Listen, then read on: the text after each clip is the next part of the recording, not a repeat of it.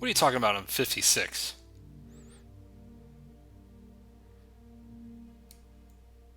56 years old?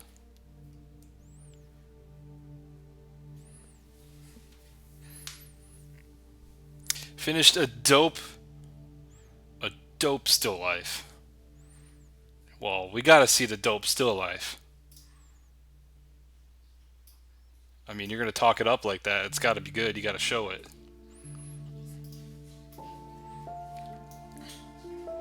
I swear he's 56. Pfft. You're not very good with guessing ages, are you?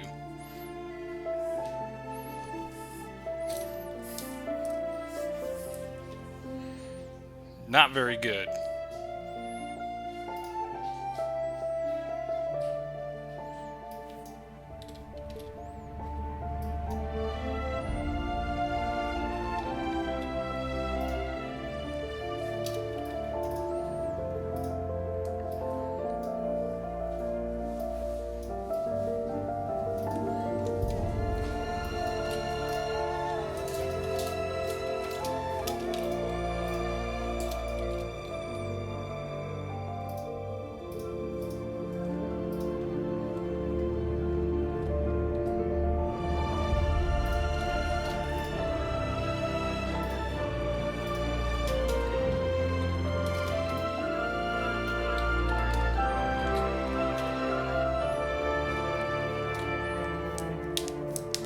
Oh, hello. Hey. Hi.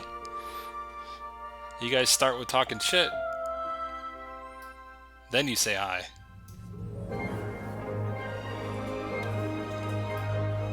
Gotta get in the mood. Jeepster. Hello. One of my few Twitch people. Thanks for joining in.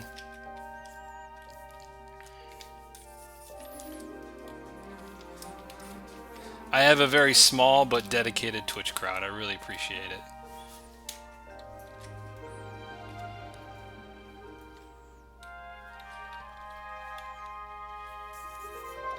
I'm getting some lag on my computer. What's going on with that?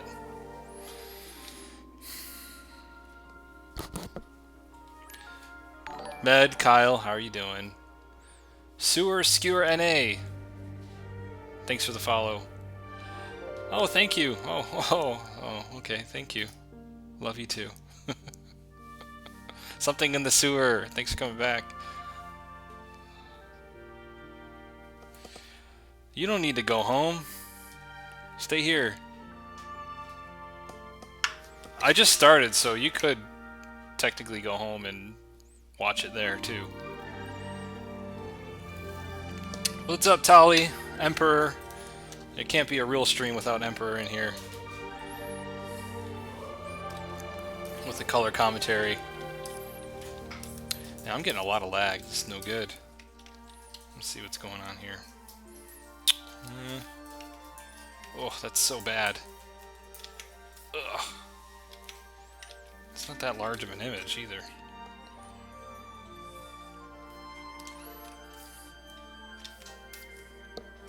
Alright. Nevertheless, I'm going to close out these windows. Maybe that's what's doing it. Thank you to the 2 people watching on Twitch. Oh, you guys are so awesome. You guys are the best. Ugh. What's tonight's soundtrack? Can somebody guess it? Can I approve the link? I don't know how to do that. I'm 56.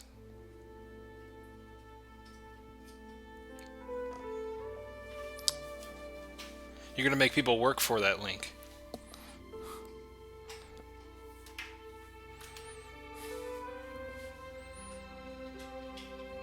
Yeah, if you guys can guess what tonight's soundtrack is, I'll give you bonus points.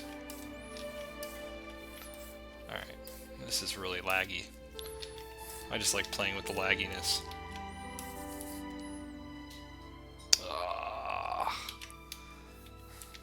I think it might be time to get a new computer.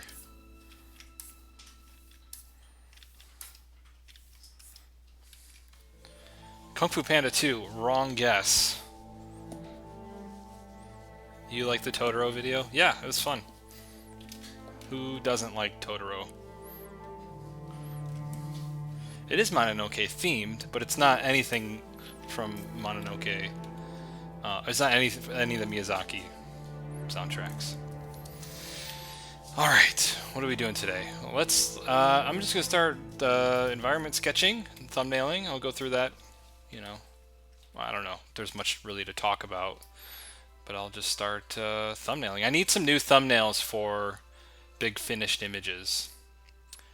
Yeah, I kind of want to start thumbnailing some new stuff for future illustrations and, you know, new stories to tell. So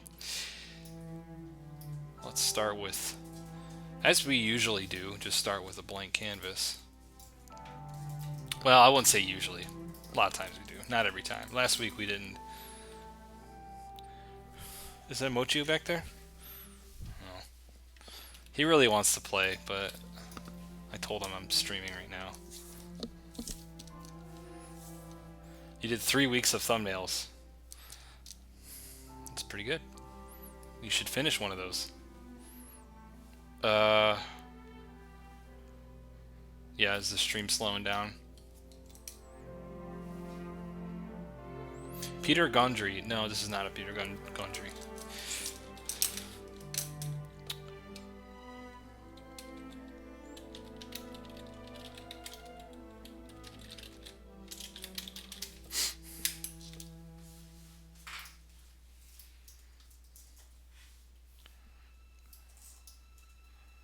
Nope.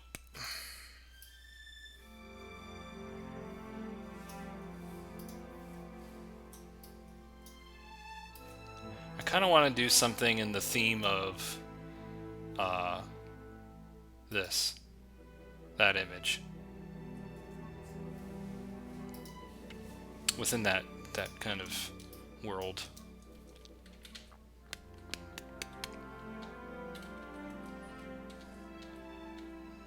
And I got a bunch of really nice references that I might pull up here. I don't have enough room on my other monitor.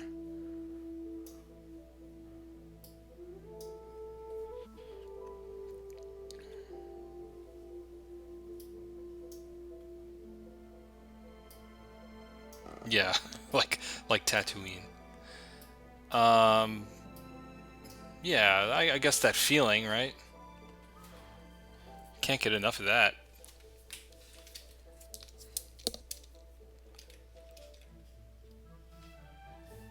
So, I don't know if we'll get to color. Maybe we won't. Maybe it'll just be black and white all day. I'm alright with that. I've been in a black and white mood, so I'm okay with that. Alright.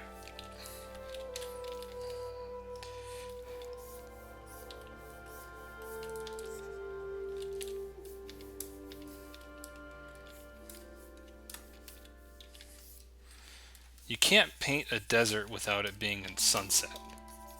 I don't know what it is, but it's just always got to be like sunset.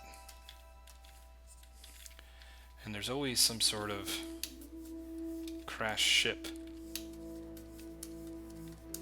I'm going to start with the generic ideas.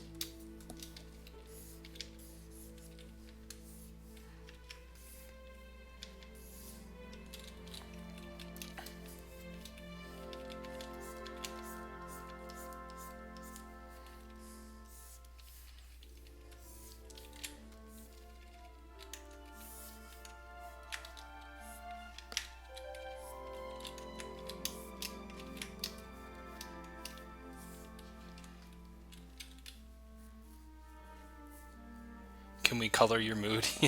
Yes. You guys always bring my mood up. I'm always thinking before I stream, like, should I even do it? But then once I jump on here and you guys are in such good spirits, I'm like, yeah, alright, let's do it. Because I never really know what I want to do until I actually start rolling, which is probably bad. But Nevertheless, that's what usually ends up happening.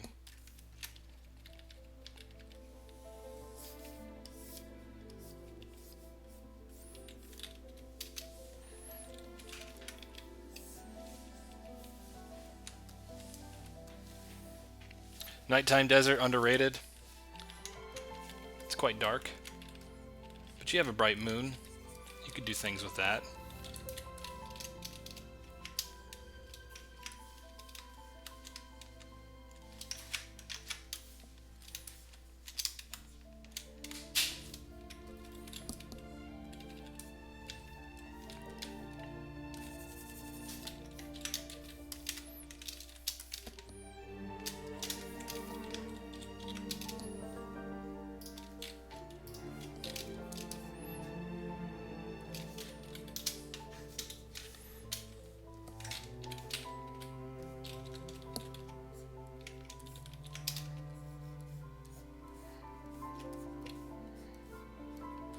You guys still don't know what the music is.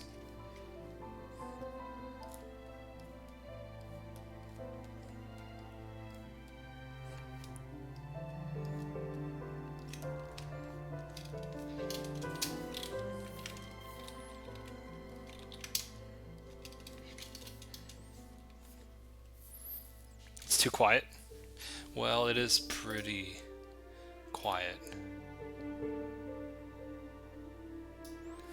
It's relatively new. That's a hint. It's not old, it's new.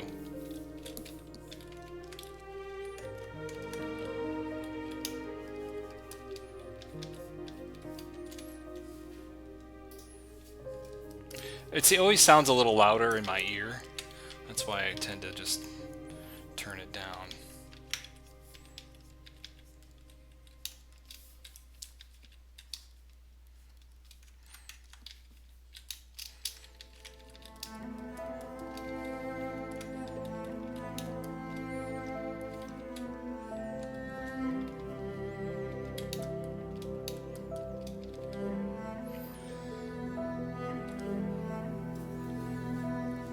Dude, what's the point of Bob Ross when we got you? Huh? Dude, what's the point of Bob Ross when we got you? Oh, I needed a comma there. I was confused. Yeah, what is the point of Bob Ross when we got me? Bob Ross is way cooler than me, though. He's always going to be so much cooler than I'll ever be. So.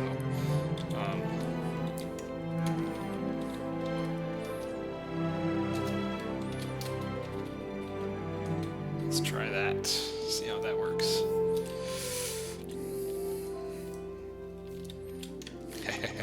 Sorry, sometimes reading chat is like confusing because I read so fast because I want to focus more on the painting.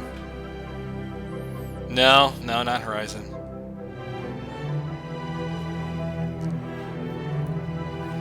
It's not Zelda. It is a game, though.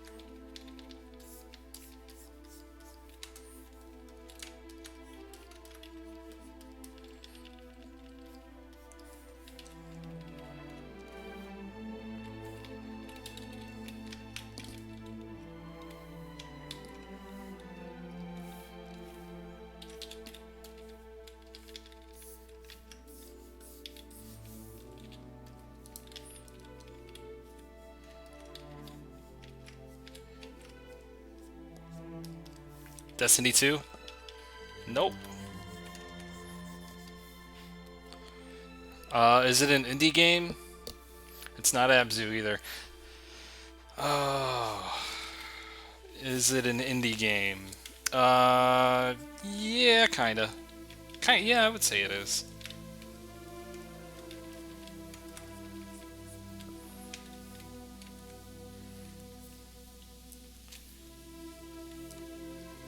Ori, no. Ni no Kuni, no. That's fine. Keep guessing. Maybe we'll get there.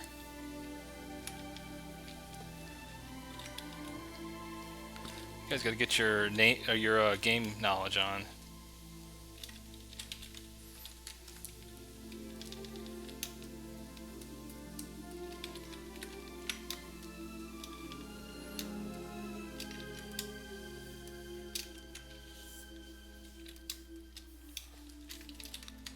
Alright, enough of this.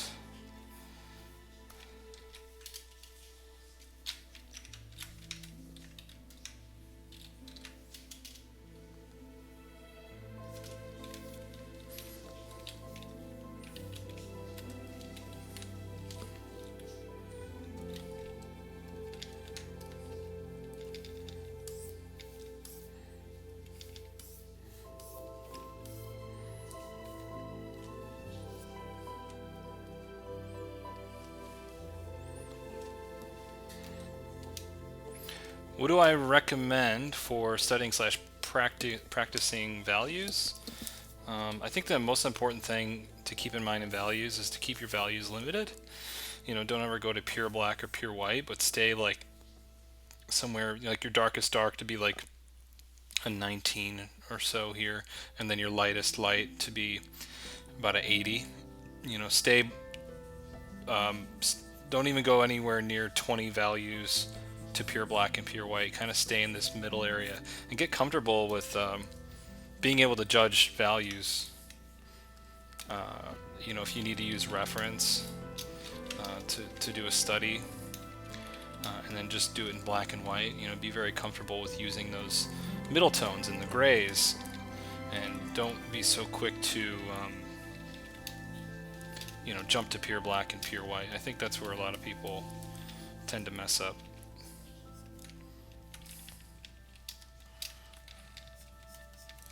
You know, there's a lot of values in between black and white that you can use, and you should try to utilize the whole breadth.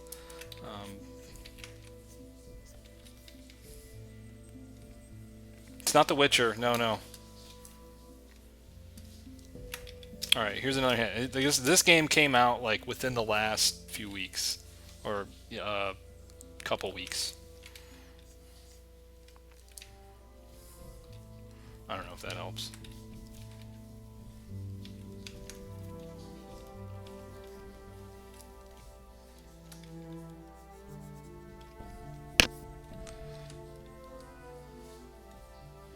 A Fate something game?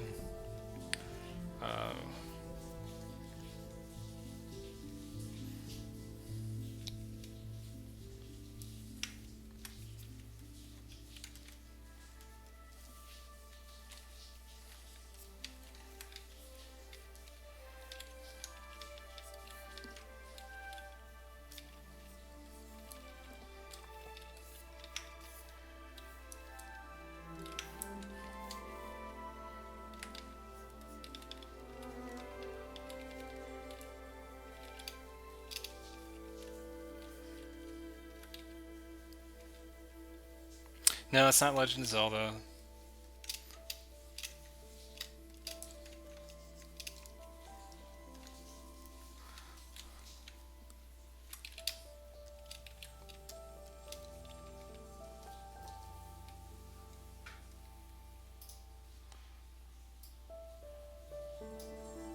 It gets real quiet and then it gets really loud.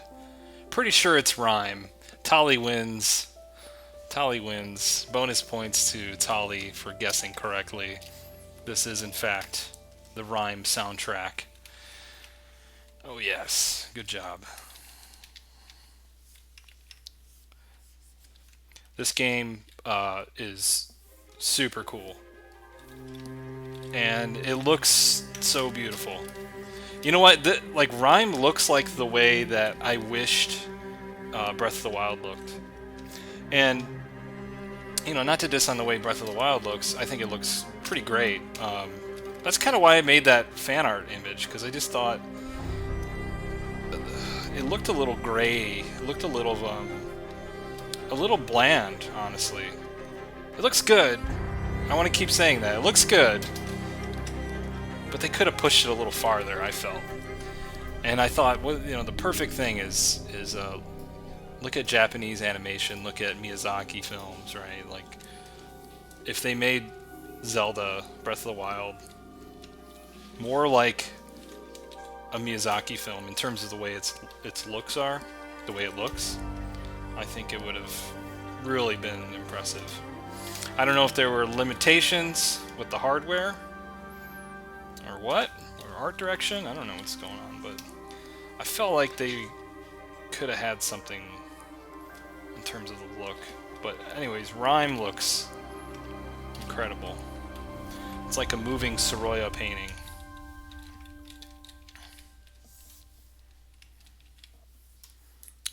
It's really pretty game.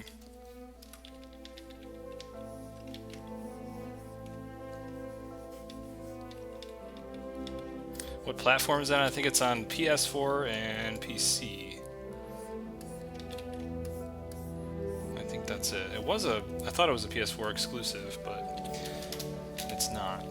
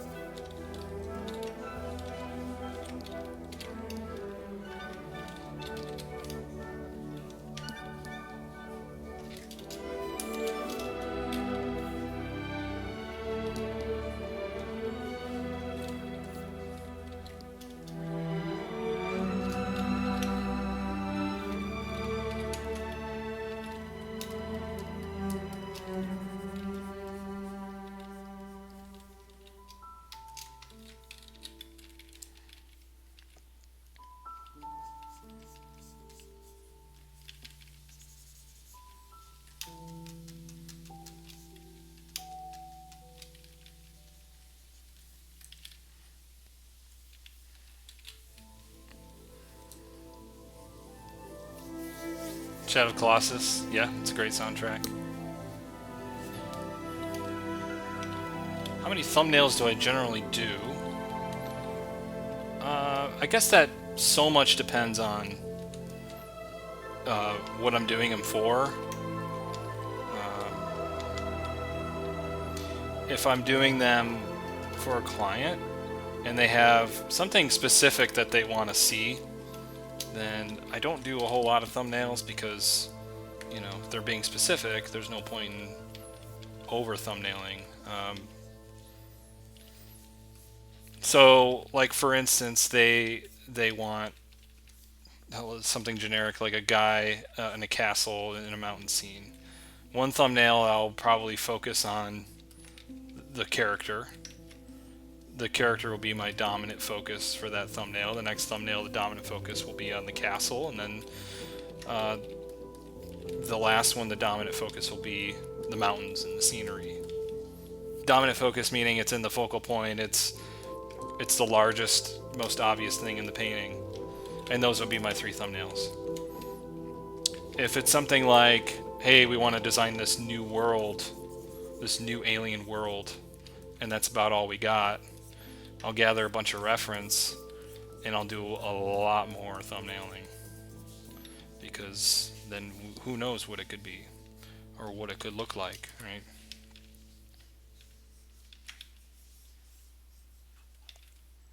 So yeah, it just depends, right?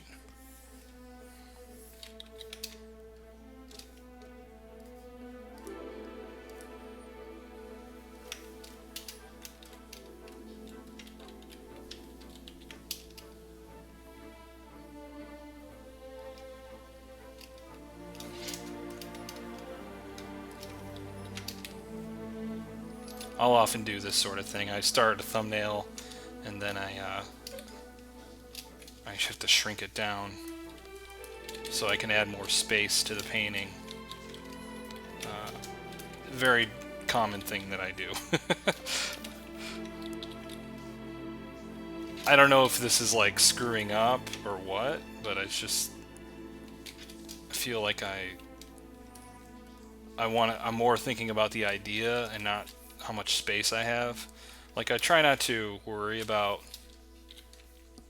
like how much space I have in the canvas. I think more about the idea. Well, sort of. I think about the major shapes early on, and the stuff that I want to put in there. I want to put all the elements in there as quickly as possible. And I was probably detailing this engine bit a little much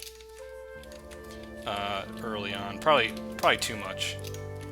I should keep it more vague. But I'm just as curious as you are, like what the hell it is exactly.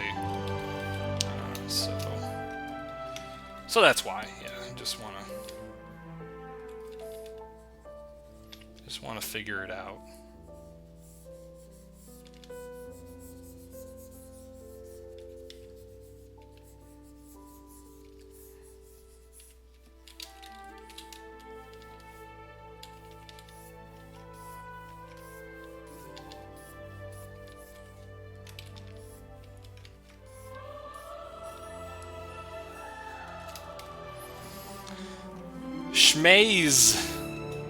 Schmaze, hello.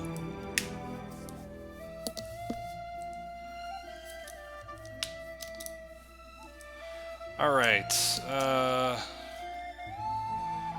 rhyme designs look similar to your art and taste. Yeah, totally. Did you hashtag rhyme? Hashtag rhyme.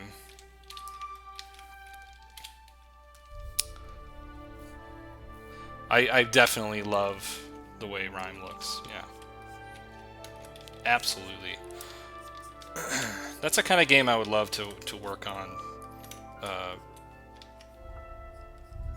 mean, at least that's kind of a style of game I'd like to work on.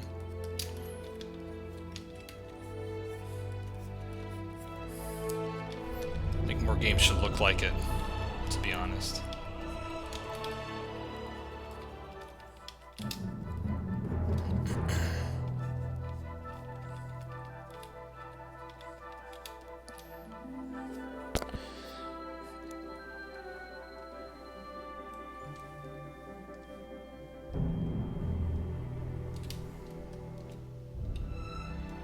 Shinoda, hey, you came to study again.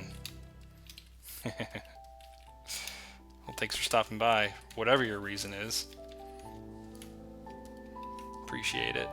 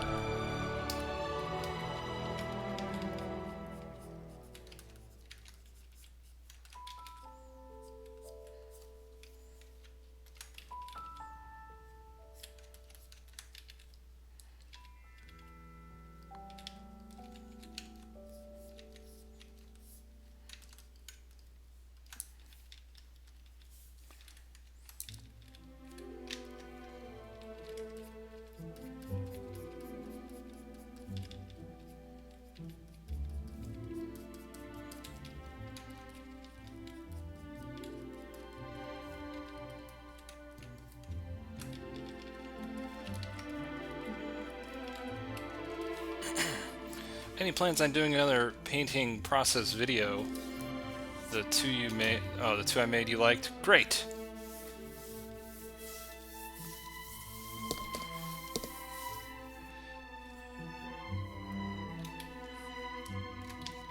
It could be a different view of the ship I painted a few streams ago. Uh-oh, I don't even remember that. My memory is so bad. I don't even remember.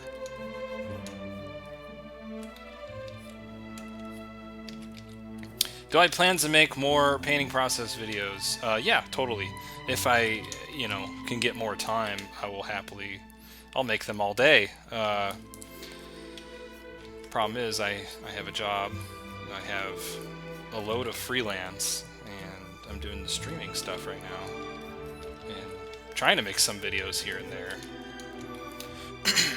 The reason why I was able to get that video out is because I had started that editing together that video weeks ago, and then I let it sit because I got busy, and then I just recently went back, not last weekend, but the weekend before. I was like, alright, I'll just get it done. It's so close. And just finished the last little bit and then posted it. So, and I have another painting that I have been recording as I'm working through it, but I kind of didn't like the way the painting was going, so I stopped recording. I was like, screw it, whatever. This one's a failure. But then I just kept painting on it a little bit here and there whenever I have time. I actually kind of like the way it's going now. So now I'm like, I should have kept recording it. Oh well. I'm not going to be like, oh, here, at this point I did this, this, and this, and then cut to next scene, painting's like totally different. It's like, oh, well. And then I change my mind. I'm not going to do that. So, yeah.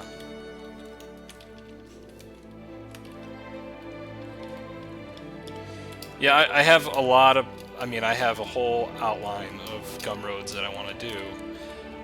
The only problem is, I have no time. I have to quit my job in order to do that. And I'm not ready to do that just yet, so.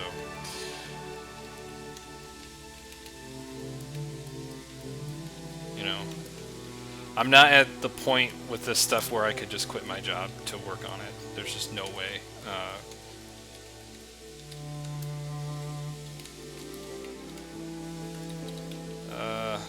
And now I'm like fiddling around with this painting, or this thumbnail here. I'm gonna get it to a point and then move on to another one.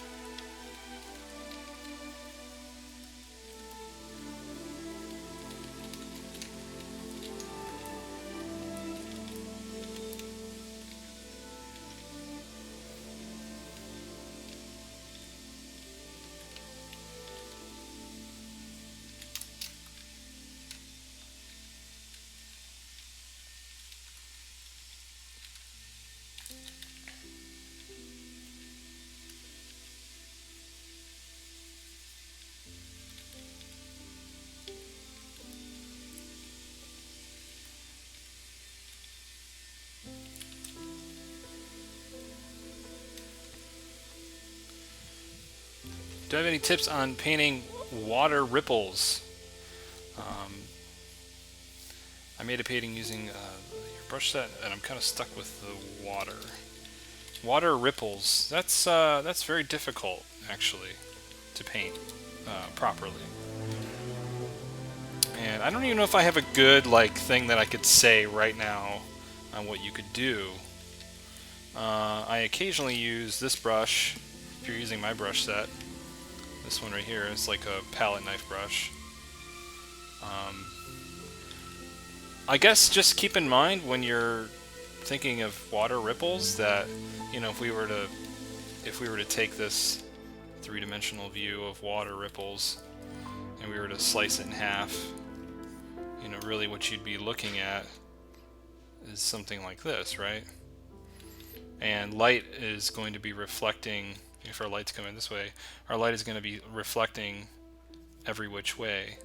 So water acts like a mirror, right?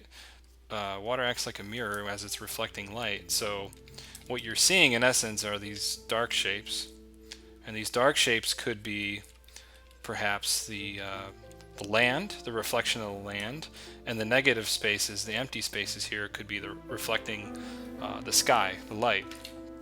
So keep that in mind of how light is reflecting. I think that'll help at least wrap your head around what you're painting.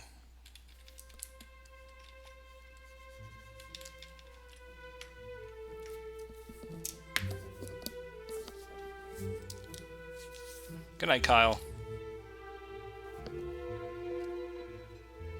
Alright.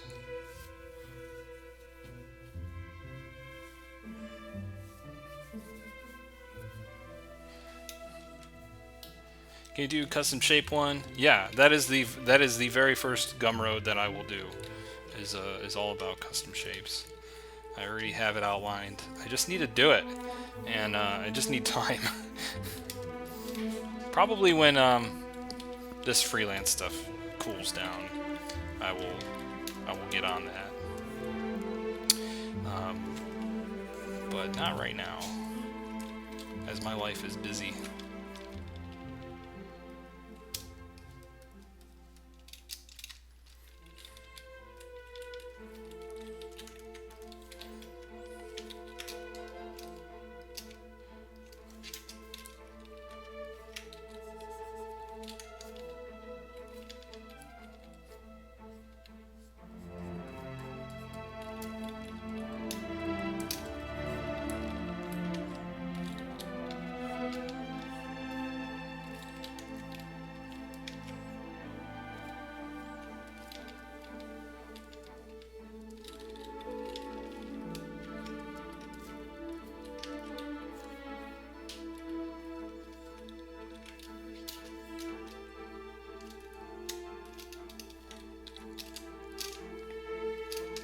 Keep rearranging this.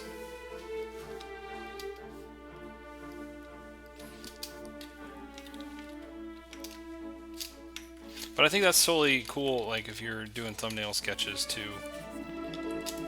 keep shifting it until it looks right.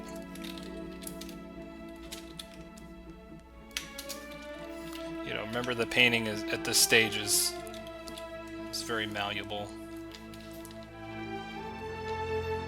Be shifted around.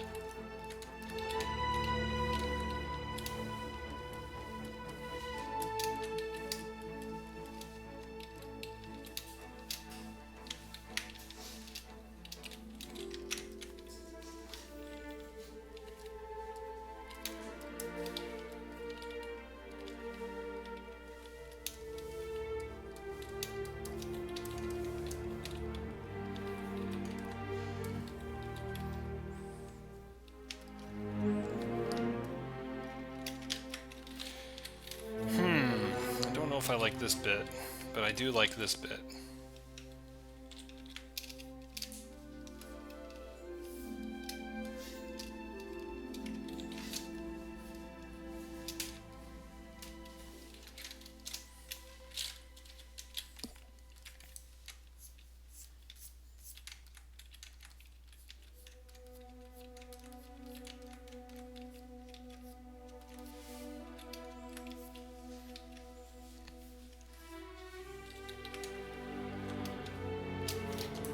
Go. That looks better. So it's never a failure unless you never. It's only a failure if you let it sit, if you let it stay there. That's the way I see it. You can make all the mistakes in the world in a thumbnail stage, and it's just okay. But if you leave it alone and don't fix things that aren't right, that's when it's a failure. That's when it's failing, should I say. And you don't want to like work 20 hours into a painting and realize that something fundamental about your image is just off. That's a big problem.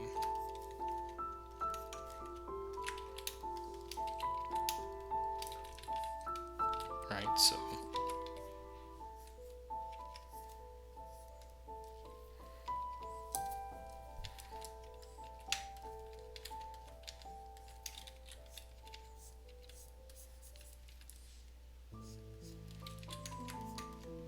I should probably make it the same engine bit.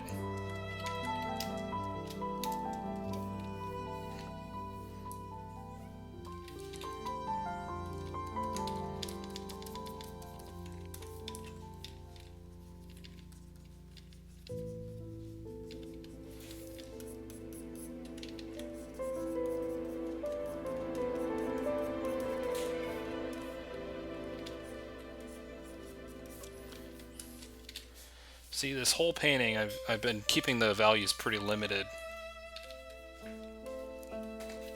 so that if I want to punch out and model out this engine even more, I have a lot of values to work with because my darkest dark is only a 17 right now, that I can keep digging in a little bit by little bit, by just darkening up the value a little bit. So I'm able to continue to model out forms.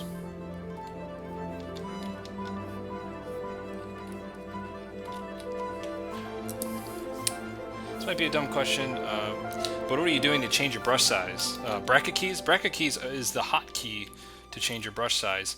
My hotkeys are all weird, and I use Z and X as increase and decrease brush. I've got all kinds of funky keys. I've got a weird setup. In terms of hotkeys, I like things a certain way. I want all of my hotkeys on the left side of the keyboard, so I'm not moving my arm or my hand back and forth for everything. And that's kind of just what works for me.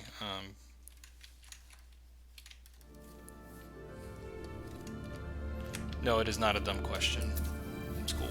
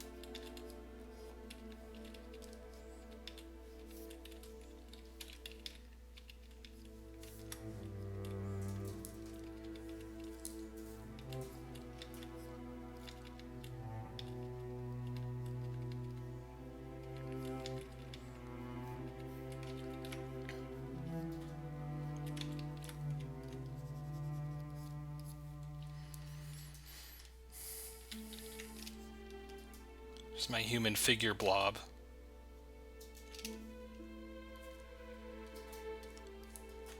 Trying to find a good spot for him.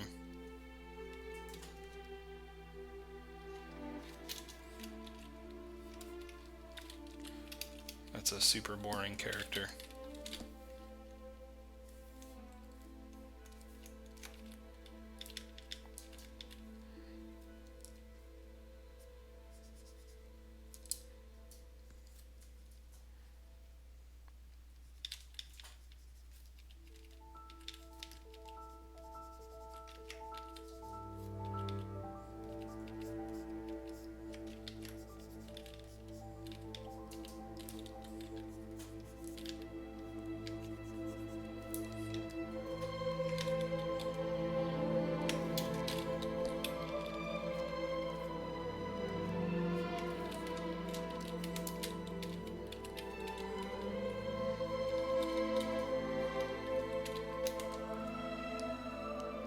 Do you draw with your arm? Yes.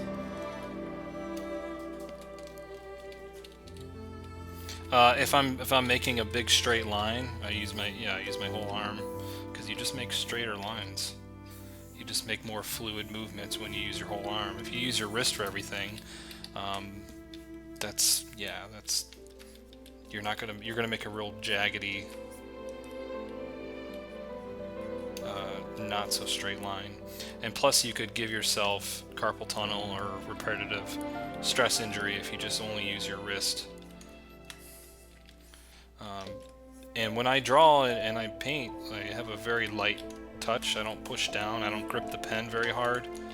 I notice when I grip the pen, then that means I'm apprehensive and I don't know what I'm doing, or I'm not confident in what I'm doing. So then I stop and take a break and reevaluate what I'm doing. So if I start gripping the pen, that's a sign for myself that I need to take a break or think about what I'm doing. Let my brain catch up to my hand. And I keep the sensitivity of the pen pretty light, so I don't have to push down hard at all to make a darker mark. That's part of it.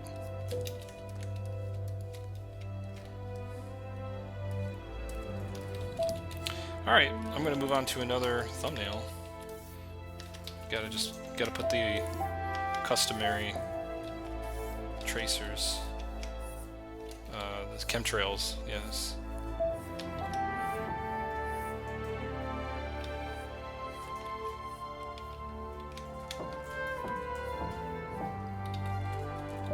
Or maybe, you know, it could be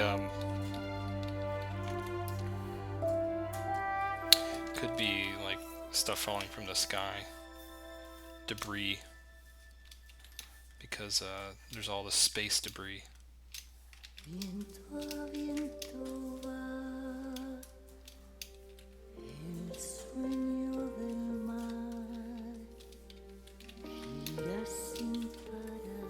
So I kind of just developed the story as I'm going.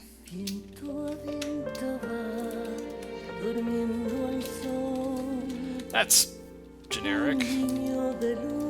And it always starts off generic, you know? It's like the obvious idea, the generic idea, and then when I start painting on it, working on it, then I transform it into something a little bit more original, or at least attempt to put a spin on it, give it something exciting, turn it on its head a little bit.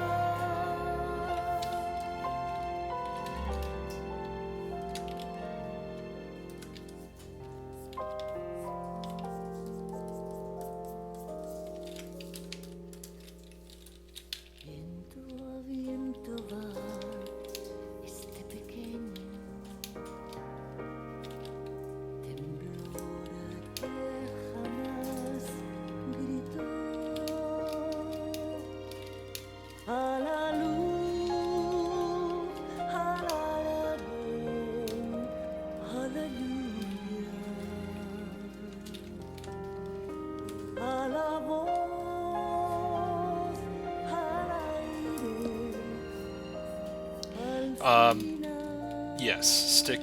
We need to give this guy a stick.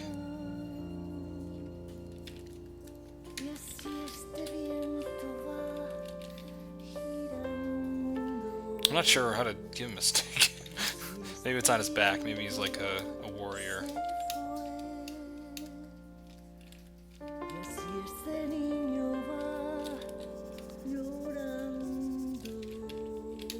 He or she. It could be a female as well.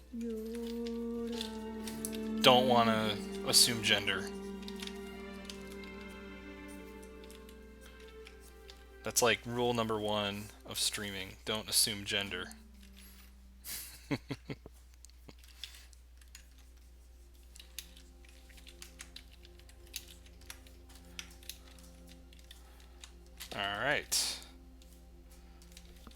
guys.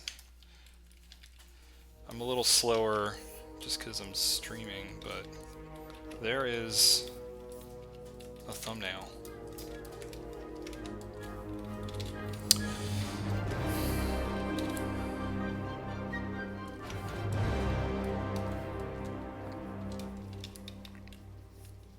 You gotta have a stick when you're adventuring. I mean, that's part of it.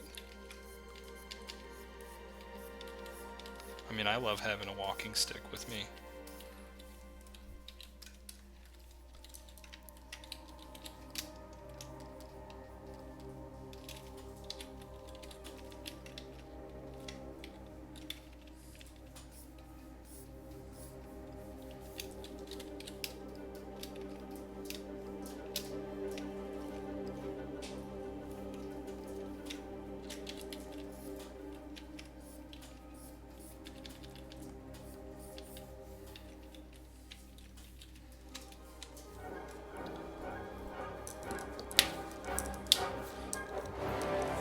Oh, I'm sorry, there's all these questions here. Murderlin.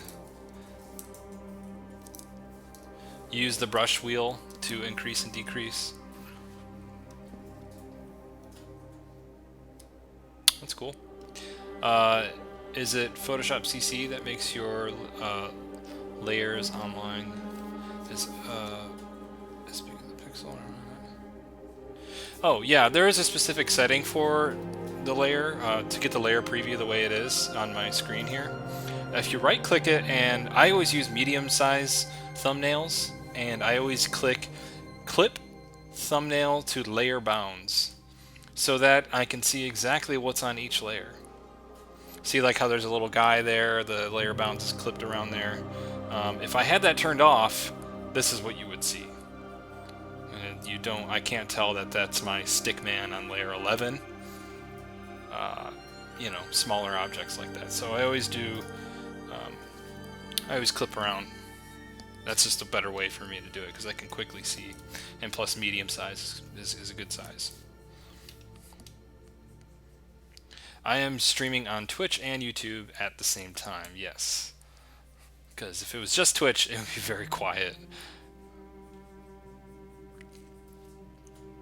And you're suddenly aware of your claw-like grip. Yeah. That's something to be wary of. I think, I don't know, maybe, I'm sure there's artists that are perfectly fine with having a tight grip on their pen, but I don't like that feeling. I want to have confident brush strokes and line work and stuff, so as confident as I can make it.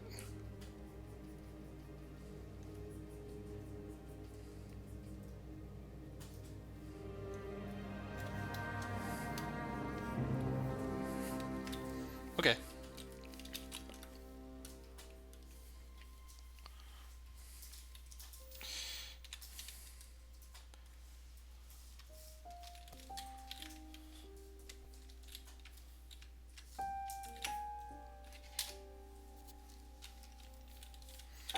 Let's do next one.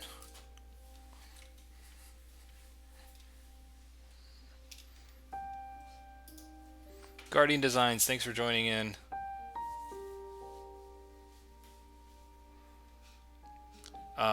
They guessed it correct. The music is from Rhyme. It's a new game that came out.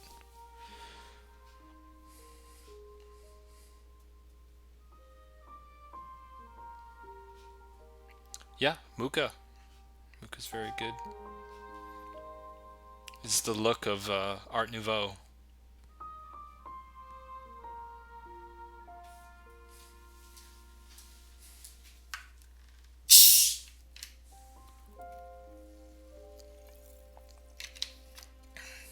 What is the best advice that I've ever received? Oh boy. I don't know.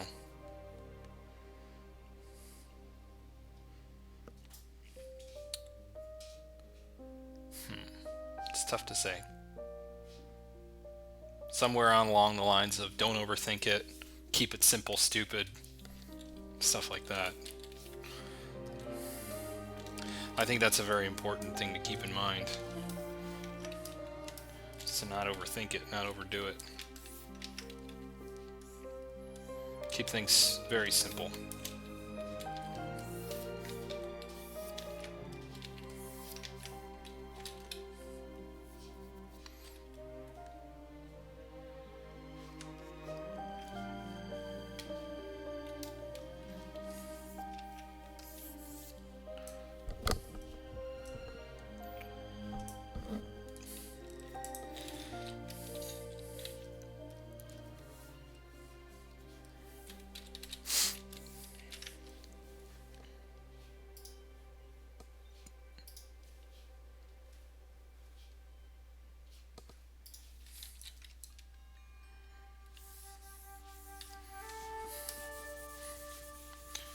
Why don't we start with the ground? Maybe I'll do something different.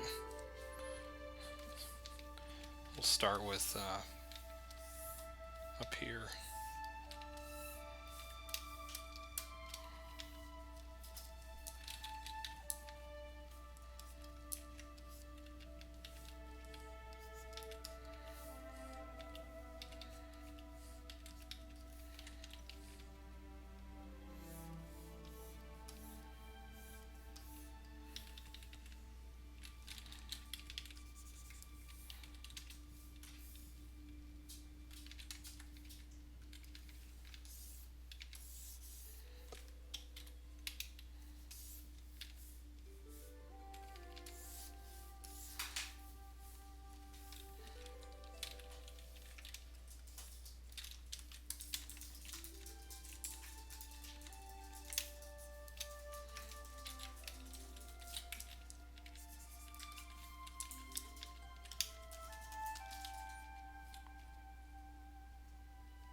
How did I get my color wheel for Photoshop?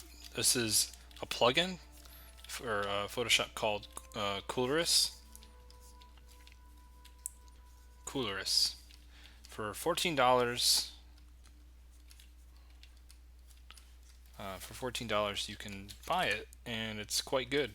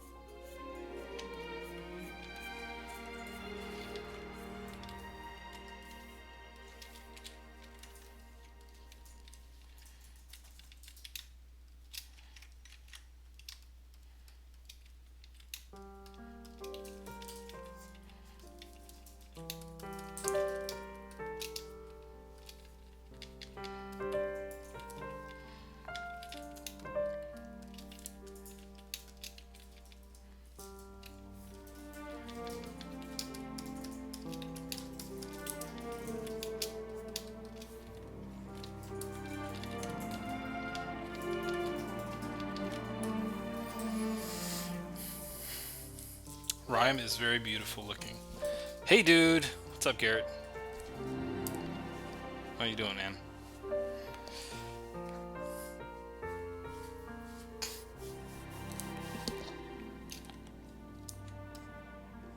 I know. Coolress needs to start paying me. Yeah, they should. They should at least give him this to me for free. I don't have enough people on my stream to start demanding free stuff. I would love to start demanding free stuff. Wouldn't that be awesome? Not cool enough, though.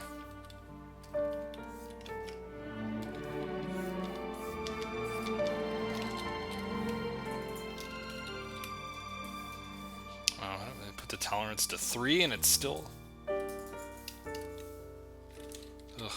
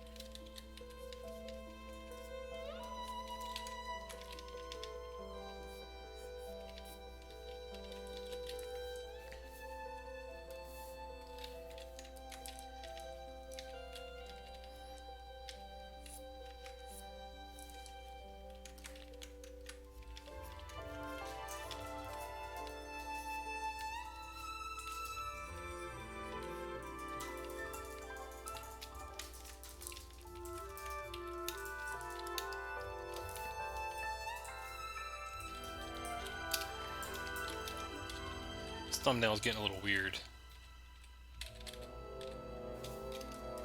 I feel like I need perspective lines. Whoa.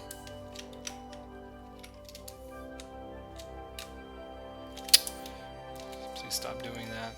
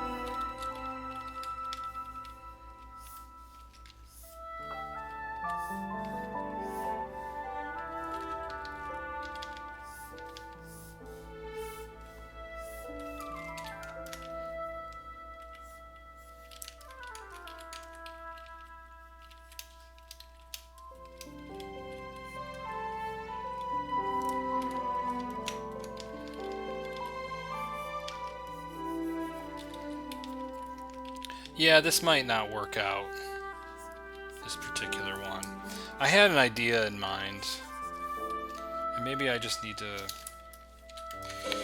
shift some things around to get it to where I need it to be. Let's see.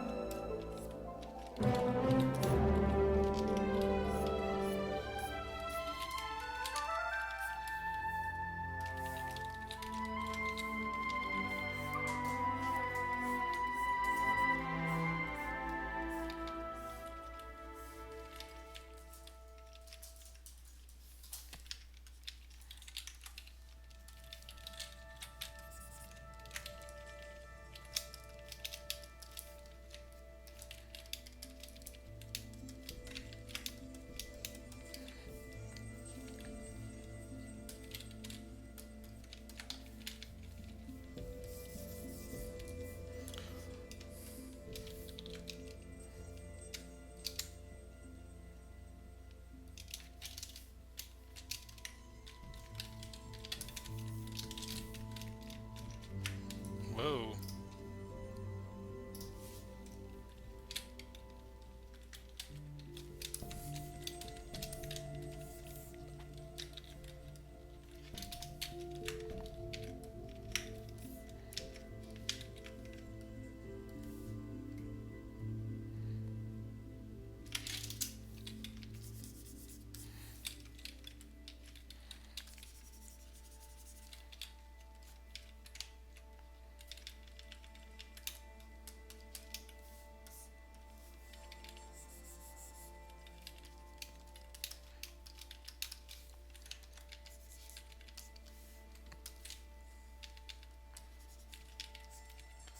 Yeah, I had an idea for like these high scaffolding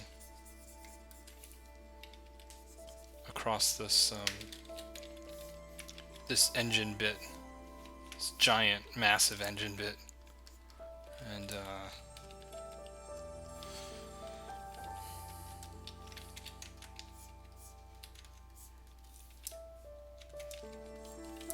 you can have like one figure.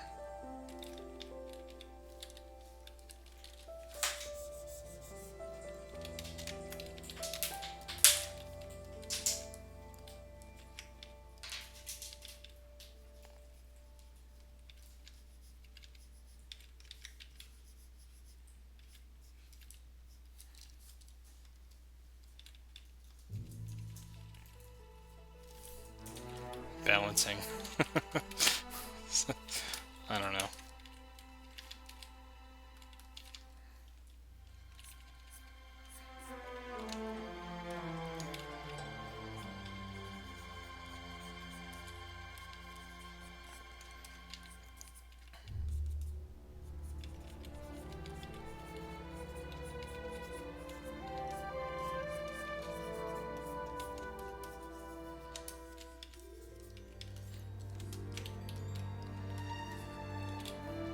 Yeah, maybe there's people that live on it.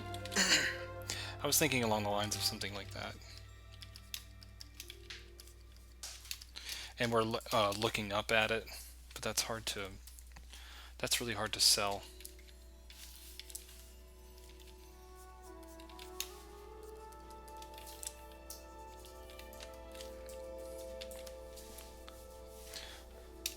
Yeah, usually when you stick a figure in there, it definitely draws the attention of your audience. And you get kind of grounded in terms of like where you're looking.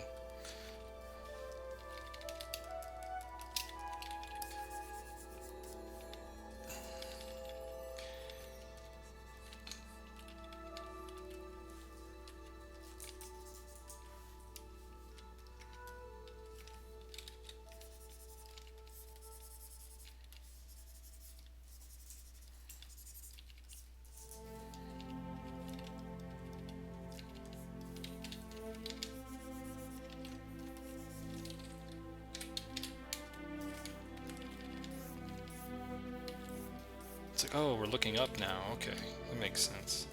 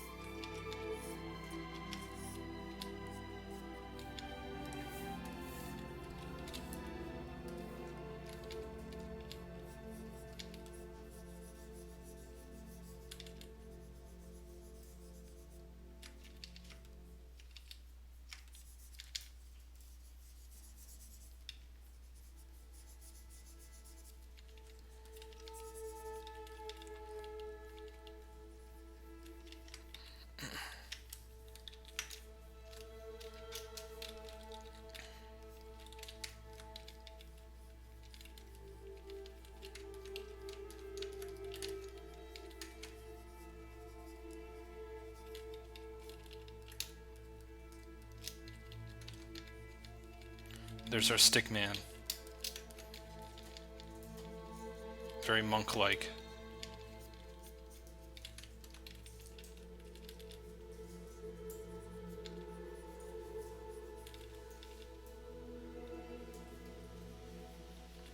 Gotta have the finger pointing guy.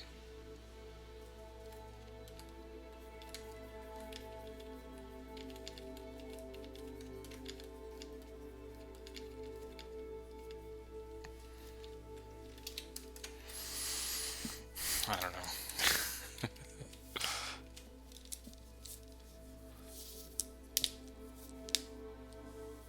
Oh, hey, I didn't even read that. You probably need a guy on the ground looking up. See? I thought of that at the same time you wrote it. I didn't even see it. You get PTSD from Blighttown and Dark Souls? Blighttown's not that hard. You just run through it. That's what I do.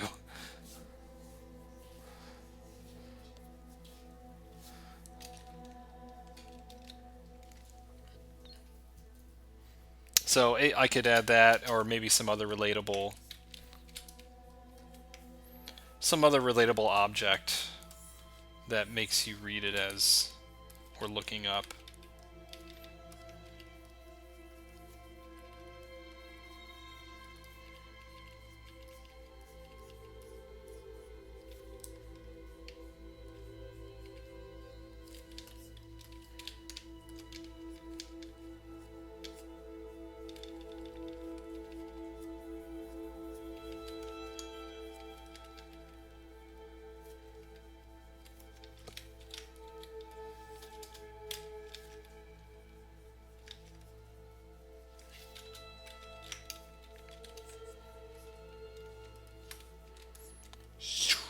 It's like a 70s film.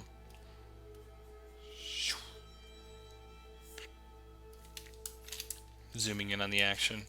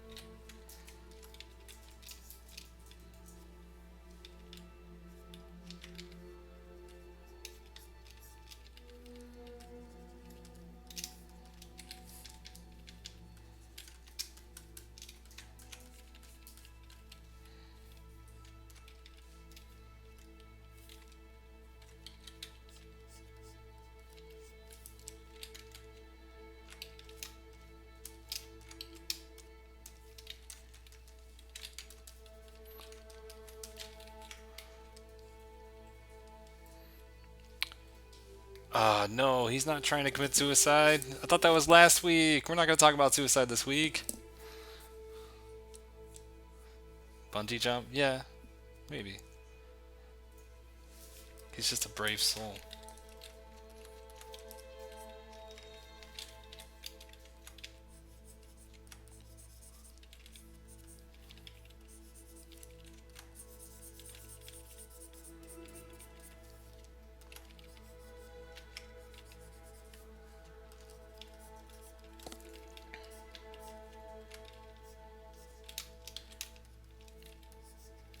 guys are so dark.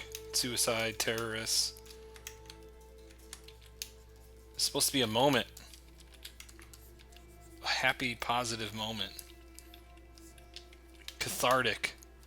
You ever see that Man on Wire documentary?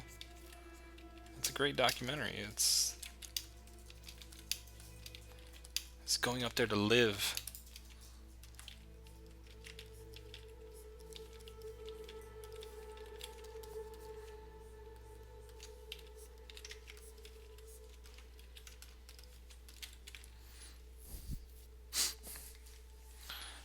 Last week got dark.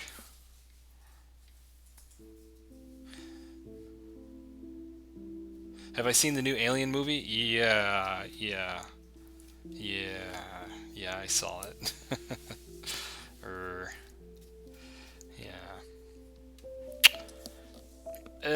It's the best of the bad Alien movies, I'll say that.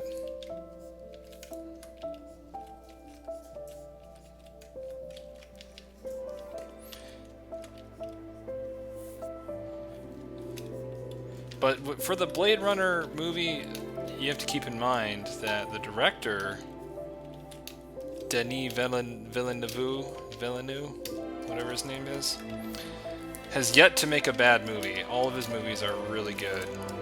Even Enemy was alright. Arrival, Prisoners, Sicario.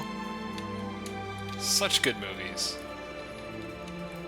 The director has not done wrong yet. So, my hopes are up for that. On the other hand, Ridley Scott has not made too many good movies. I think The Martian was his last good movie. And that's been years since his last good movie.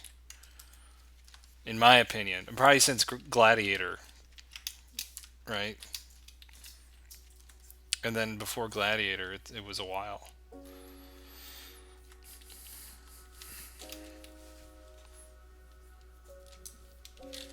Alright guys, I gotta move on from this image. I think it's an idea to stew on. I'm trying to do some stuff with composition.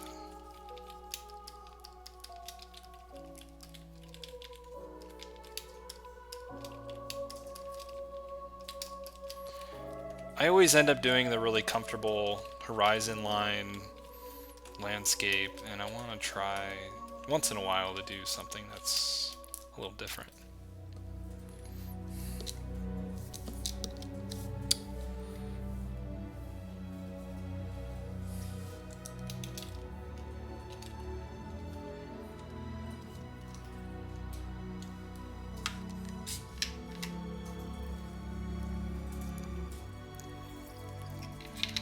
Oh, you got back home. Great. No. We're going to be doing this for a little bit more. You want to see the next Avatar movies? Yeah, I'm curious about that too. I will say I'm not, like, hyped about it. But I am curious. They're the only, like, good 3D experiences I ever had, so... I really enjoyed seeing that movie in 3D for the first time.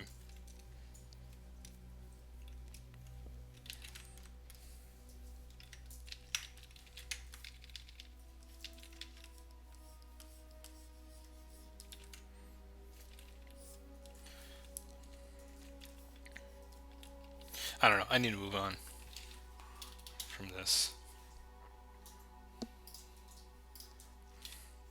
That's, you know what, it's an idea. We'll hang it right there on the fridge. There you go. It's a valiant attempt. My 3-point perspective's all weird and inconsistent.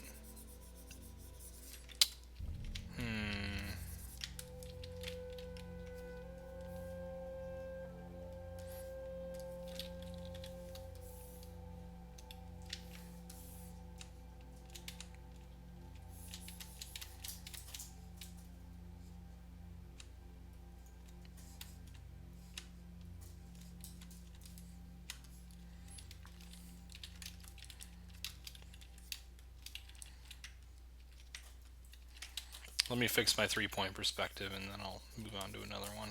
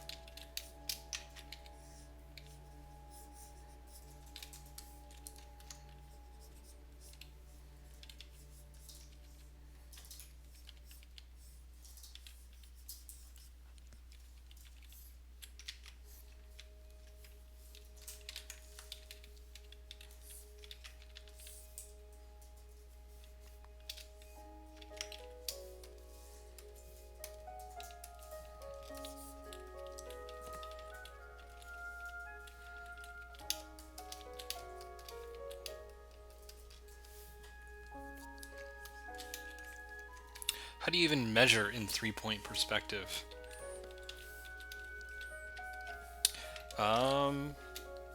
It's like 1-point perspective, but up in the sky.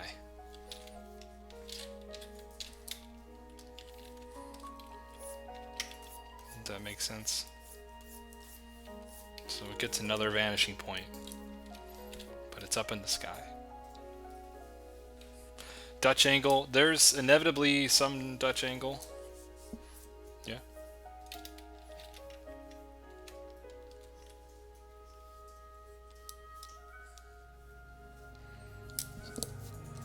Okay. I don't know about this pole. I don't know about a lot of things in this one.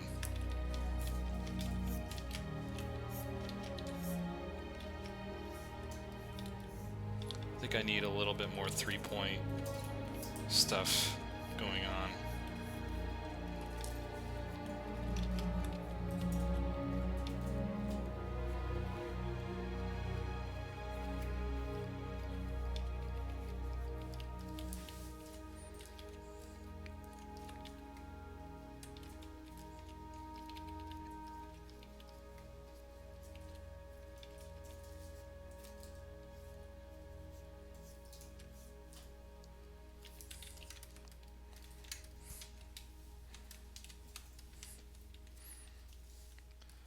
Thank you for calling me Bob Ross. That's like the best compliment anyone could ever say.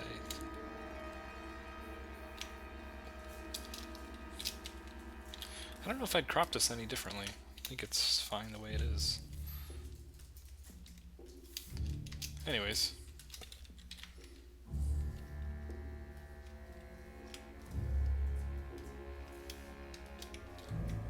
I just put it in a group.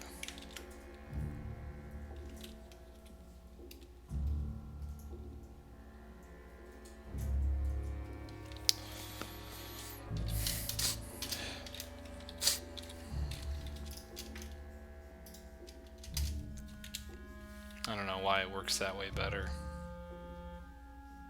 It just looks weird to me that way.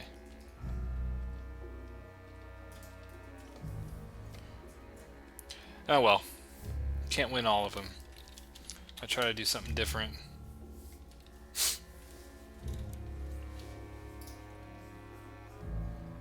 I tried, guys. I tried.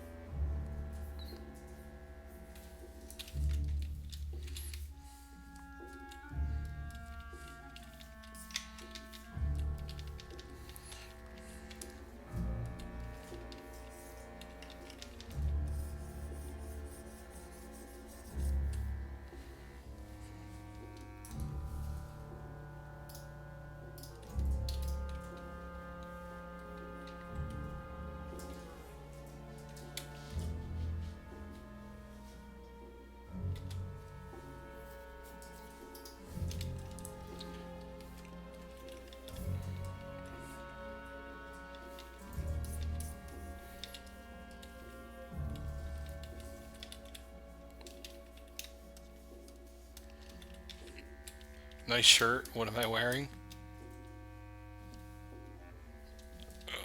I don't know. It's got some Japanese writing on it.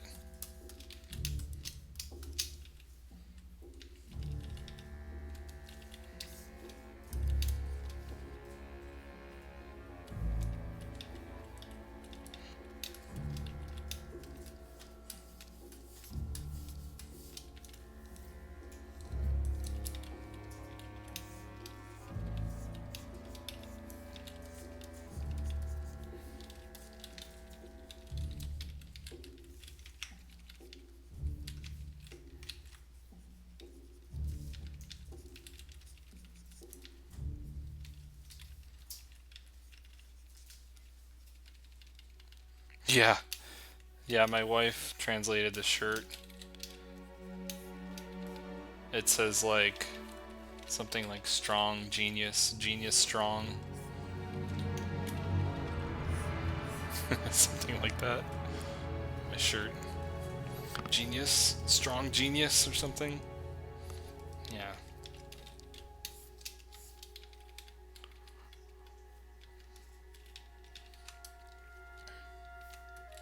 I know, it's a little presumptuous.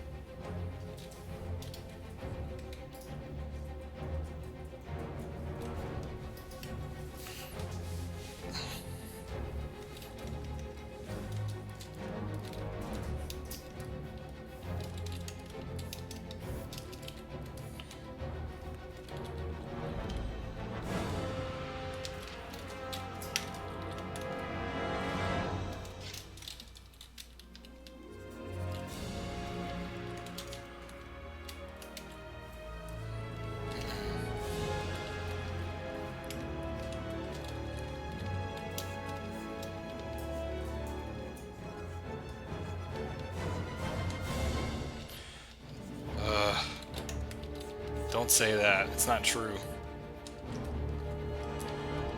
I know, this music's intense. Oh, it changed to the Last Guardian soundtrack. I love video game soundtracks because I don't get flagged for copyright as much. They seem not to care as much.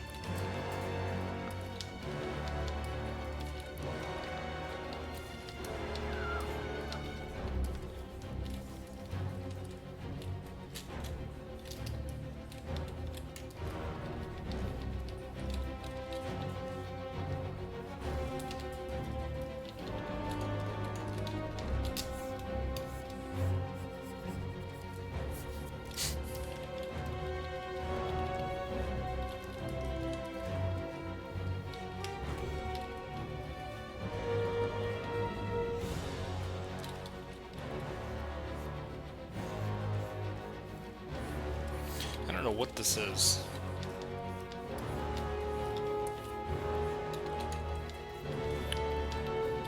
Looks like it should be a tree.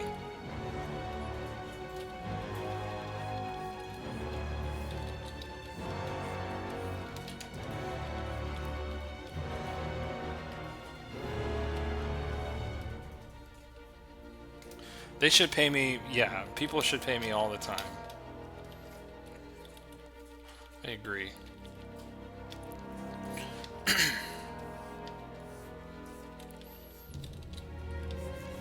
Unfortunately, the opposite happens. They get angry with you for playing their music.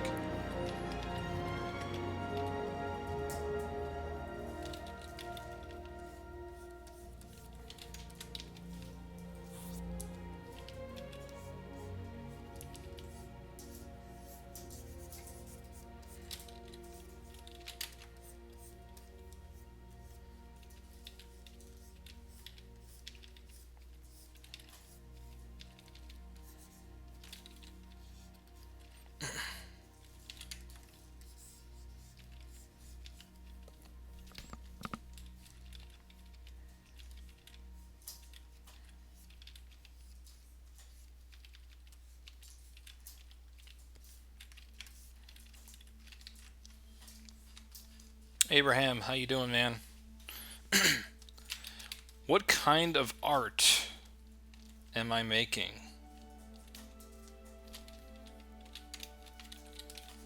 It's a good question. I don't know. I don't know. Can somebody? I don't know. Can anyone answer that? What kind of art am I making? Well, I'm making it's digital painting, so I'm on Photoshop. I know that much. I don't know. What kind? Fun stuff. Fun painting. Isn't that what I called it? Fun painting. Painting for fun.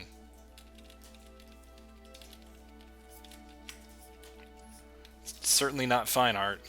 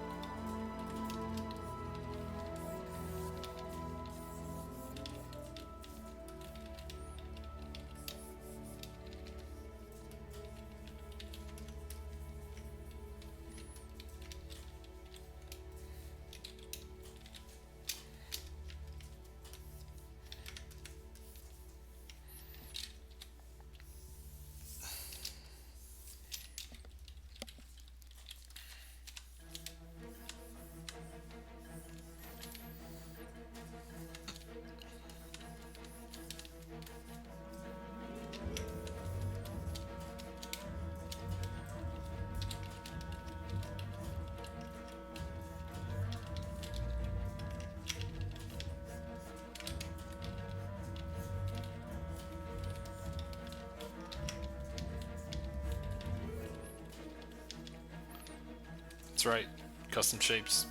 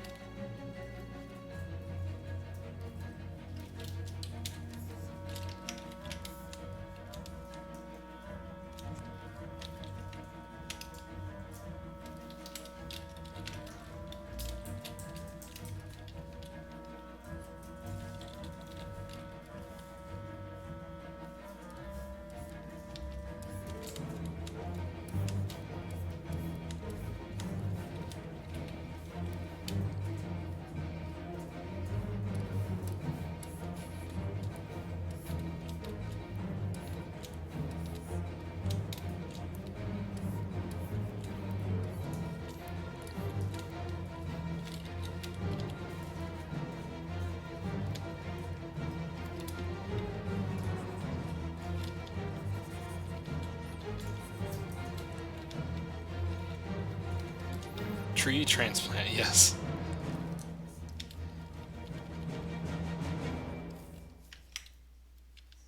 Tree, I don't know what I want from it yet.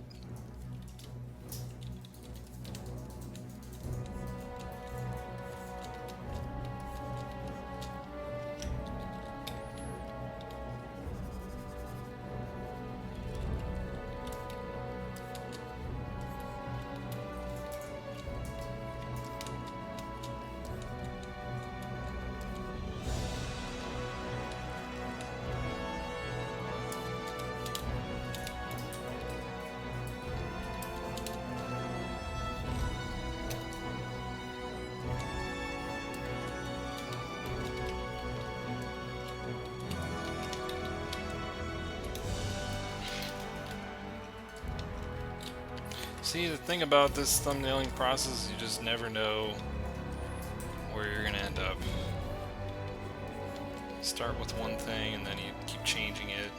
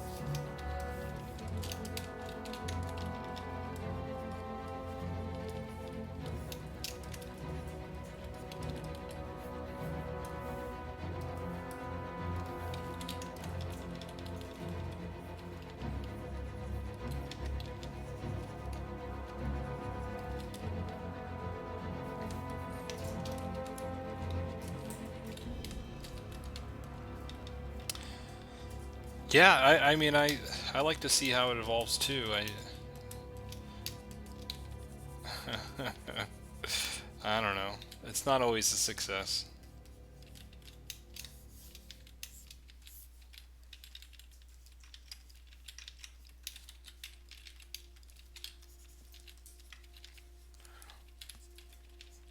You know, this is kind of the process where, you know, a lot of ideas come from.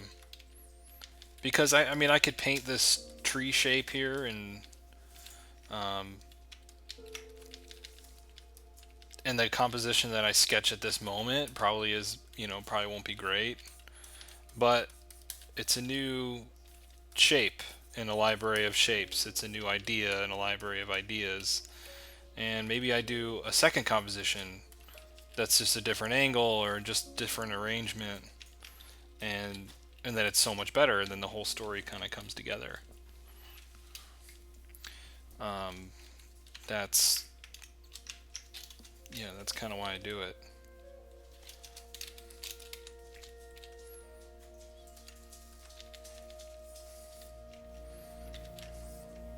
Not necessarily in the hopes of getting something amazing at the start, but building to something better.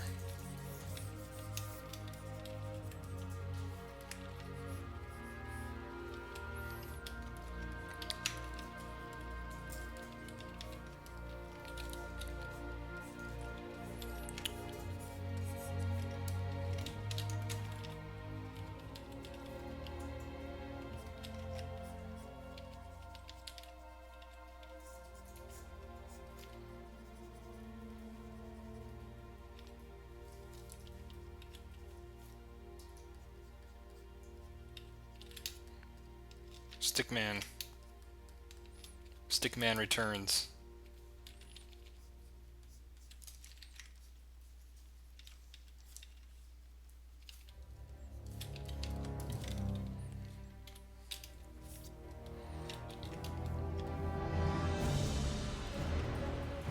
I want him to like kind of make the same shape of the tree, sort of. So there's like a repetition in shape. And the rocks maybe could repeat that shape also in some way.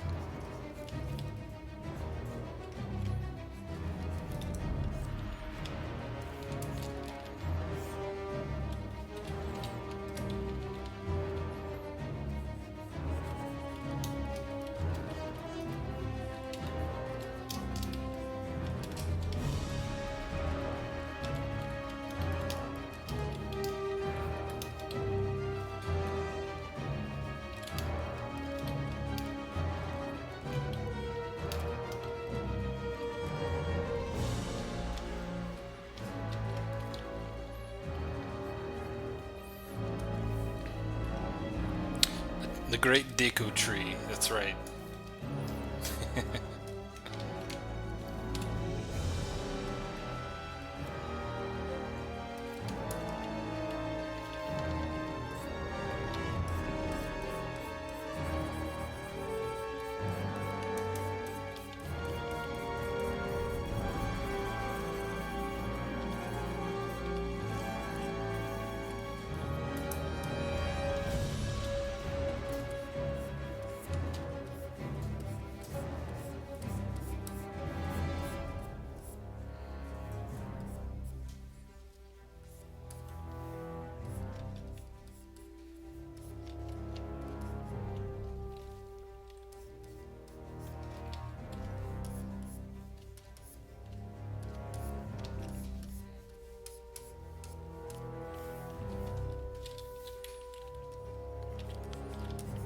it doesn't really exactly matter how you get there in terms of coming up with an idea or a story.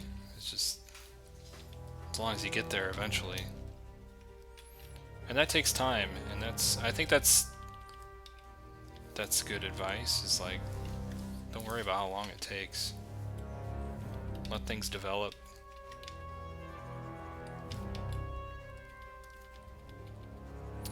Art takes a long time.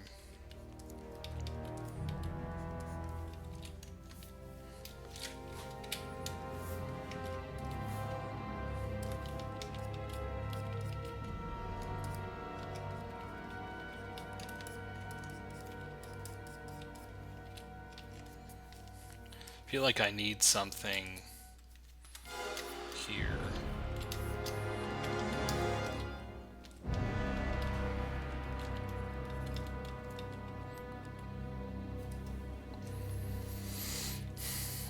I don't know what could be here.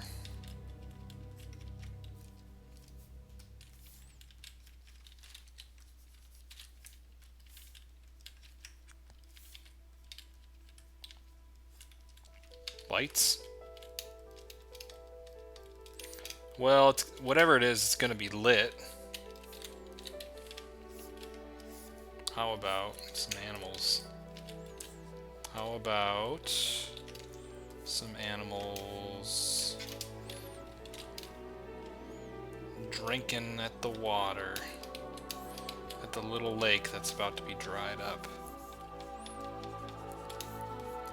The last bit of water they get until winter.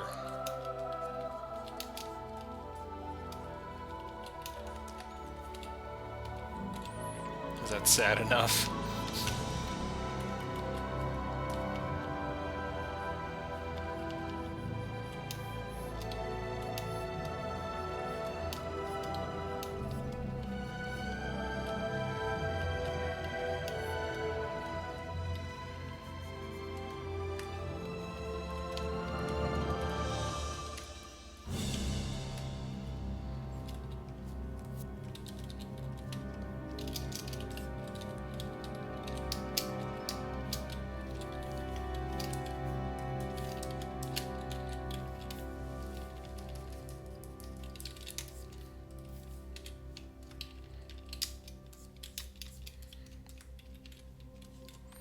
Better than terrorist and suicide. That's true. Hey Chris, how are you doing? Alien giraffes. Yeah, it could be that creature that I've been putting. That really long-necked horse-looking thing. Could be that.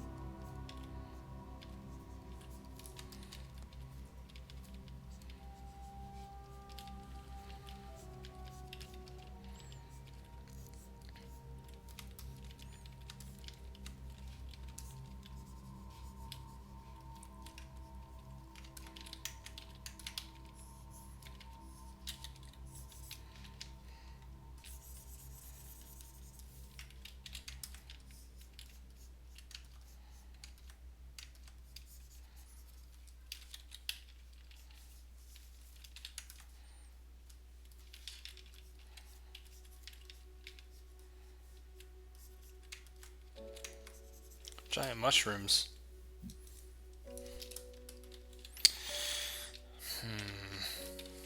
I don't know about. I don't know if the giant mushroom. I don't. I hope not. I don't know what that is. I was. It started off as a tree, and then I was like, well, what if it's a really giant animal? And I could have like a. I could play off scale a little bit. I have some normal sized animals and then like a really giant animal, just like I'll have some normal sized trees and then a really giant tree. Just thinking, just thinking. Just trying stuff. That's what it's all about.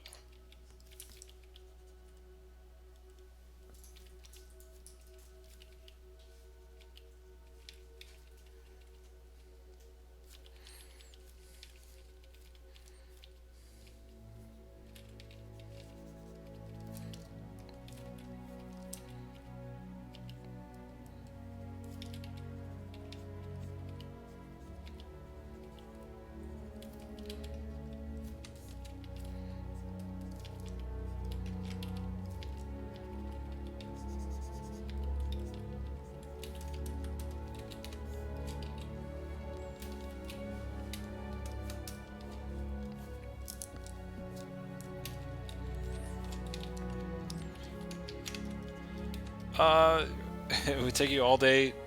Um, this would have taken you all day. No. Well, you know, I'm starting very simple, you know, very solid shapes. I'm not rendering a whole lot. So, just keeping things basically in silhouette form. Just to start. Using large size brushes. And I'm only really zooming in and focusing here because it's a focal point. I'm not going to give the whole thumbnail that treatment.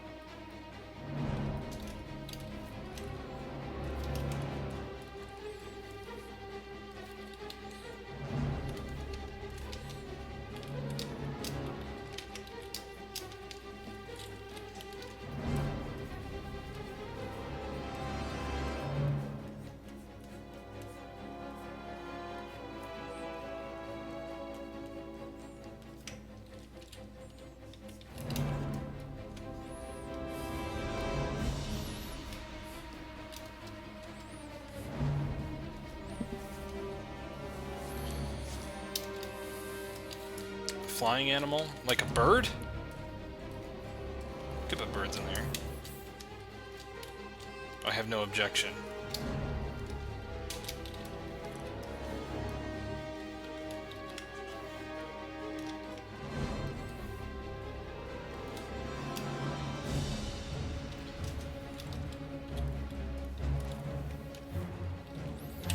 In fact, I have a custom shape for it.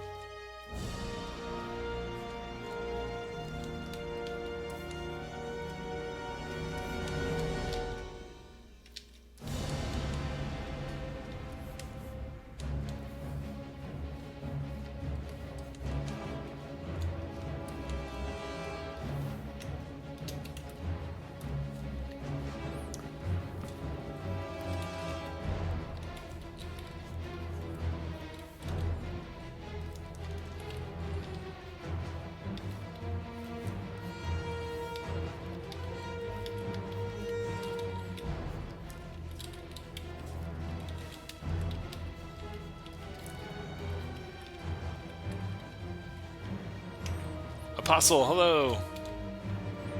How you doing, man? Yeah, you haven't been here in a while. Thanks for jumping in.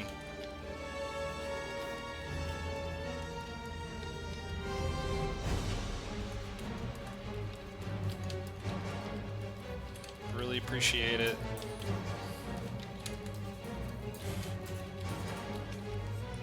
Yeah, and thanks for sending me that Reddit post, or that subreddit with all the archive. I think that's really cool. Not a whole lot of people posting on there, but I think there's some neat stuff that I could pick from when I go back to virtual plein airs. I don't know why I haven't done virtual plein air in a while. I think at the next stream after this, I'm going to do like a portrait or figure stuff or character design stuff. I don't know if anyone's interested, but some people were saying, oh, it'd be great to see a stream of that. So I might jump into that after this week.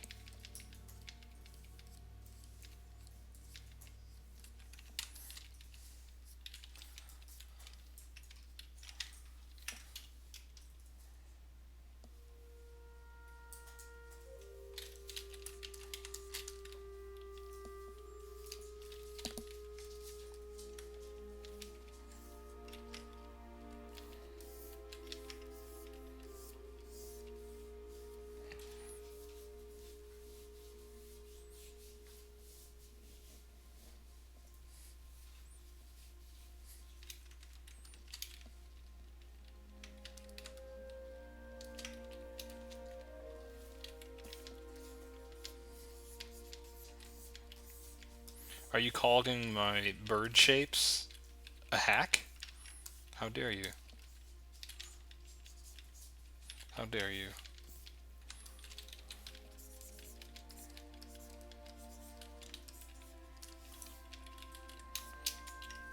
Who's gonna sit there and draw each little bird? Look at that. No one's gonna do that.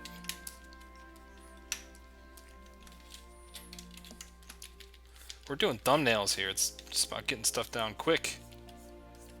Can't be wasting my time drawing birds.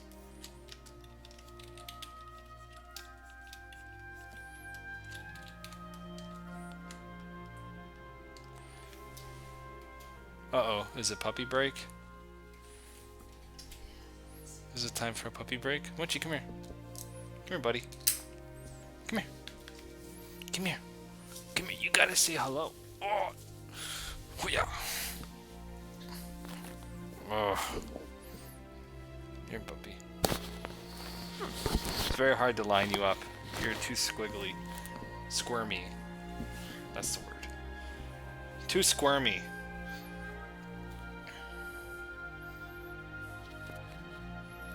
There's Mochi. Do I have a video where I go over my brushes? Yeah, it's on Gumroad. If you follow the Gumroad link, it's up there. My dog does cool stuff all the time. I'm sure I could find something to draw. Yeah, I want to do a corgi illustration sometime. Right, Mochi? Right, big boy?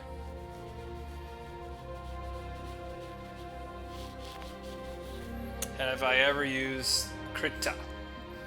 No. I barely know what that is. I know it's like some sort of painting program, but no, just Photoshop for me.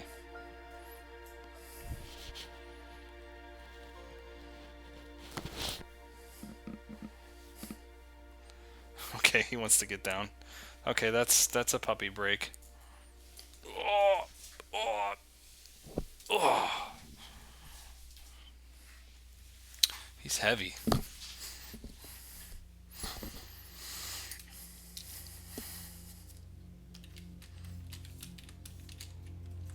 It's an open source drawing program made by artists. Ooh, that's the scary part.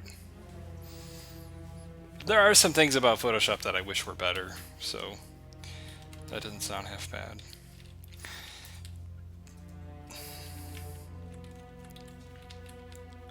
I don't know that there will ever be something that could replace Photoshop for me, honestly. I don't know. That's not necessarily true.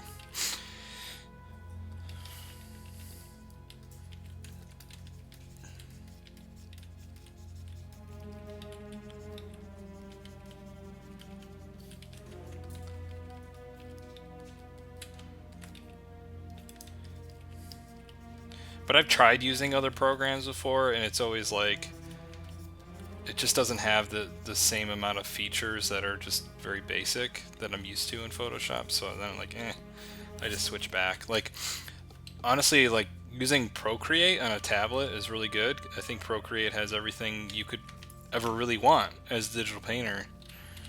But it doesn't, like, if it's just painting that you're doing, it's pretty great. But if you want to start doing like photo manipulation and like stuff like that, 3D stuff, it gets a little, you can't really do it. So and I use a lot of those sort of techniques with my work. So I really need Photoshop. Yeah, Photoshop is its main focus is photo editing. But I do use a lot of photo editing tools in my digital painting for doing concept art and stuff like that. So it's actually, I do use that.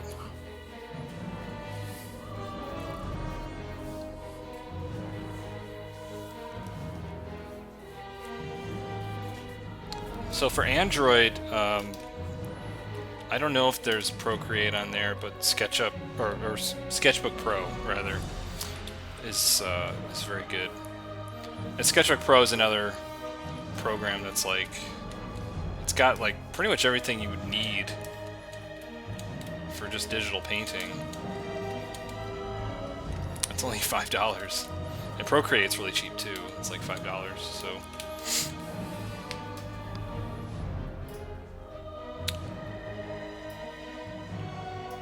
Music got real epic all of a sudden.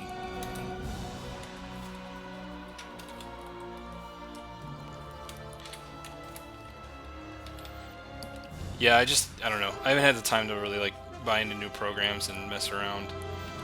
If I do, it's usually like a 3D program or something else.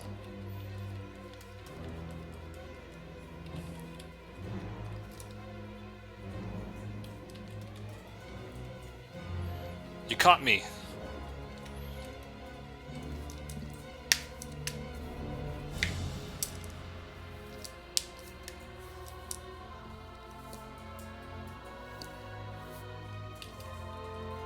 Yeah. Google Store doesn't have it, but Sketchbook Pro is quite good. Alright guys, this is another thumbnail. We'll put that in the bag.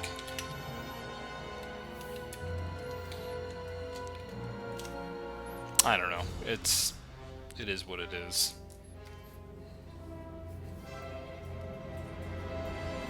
We have that one.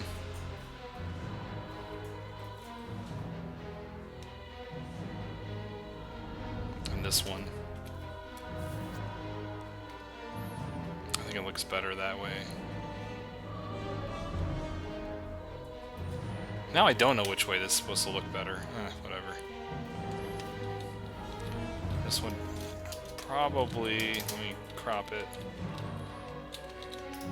Let me flip this. I think that's probably better that way.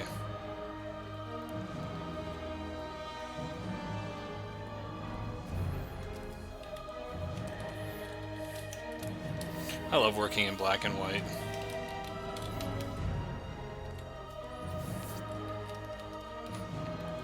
Thank you.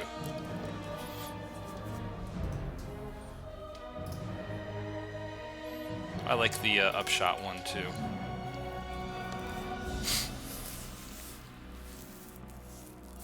I had an idea for an image. I don't know how it would go. Let's start like this.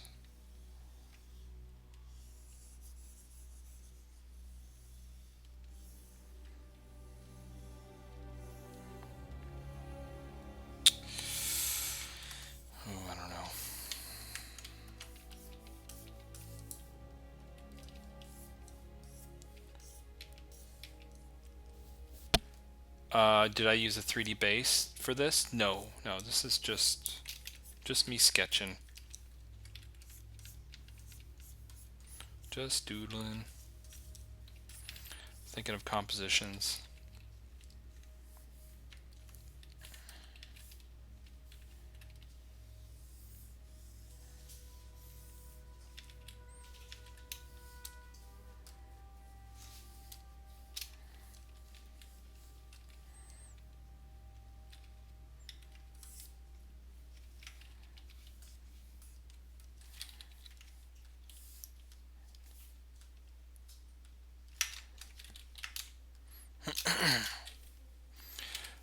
Doing those spheres kind of gave me an idea.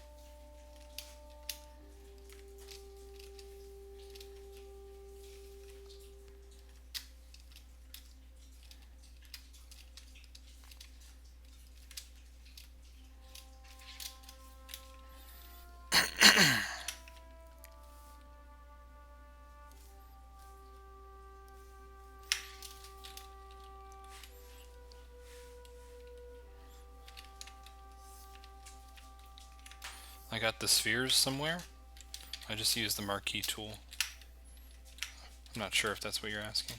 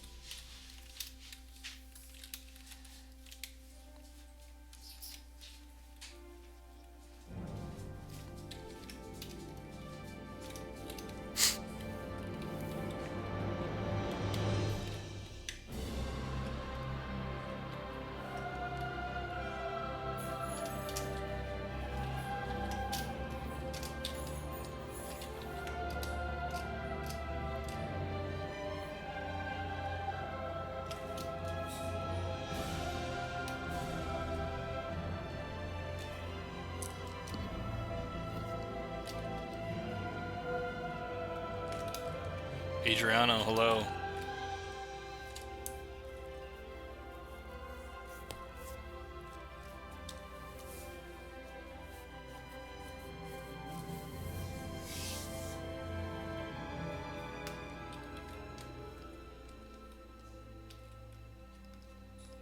If I do a night scene, does that change how I go about values? A little bit. Values might get a little bit crushed because there's not as many lights interacting in the scene. Then you just have a really diffused white light, basically, if it's the moon.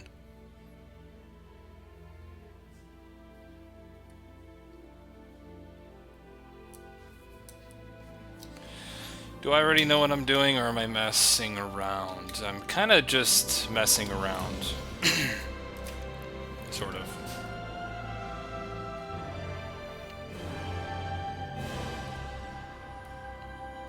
It's cheese. I need to think. I had an idea for something. I had it earlier today. Now I can't think of exactly what I was gonna do.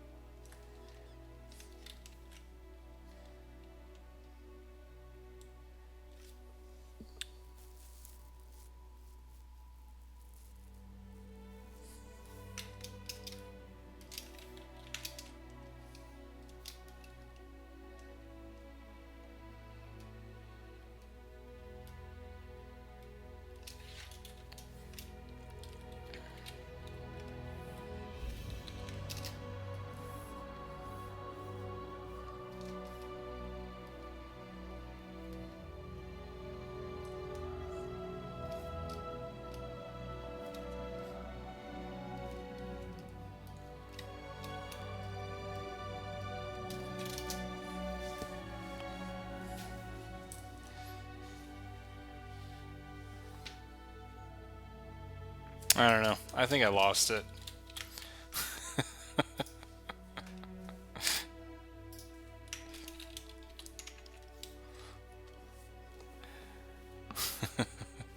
I thought I had something there. I thought of something, but it's gone now.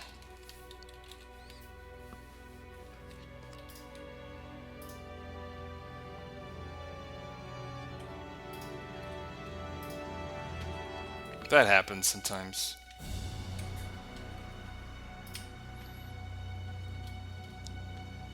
Yeah, I really thought I had an idea for something.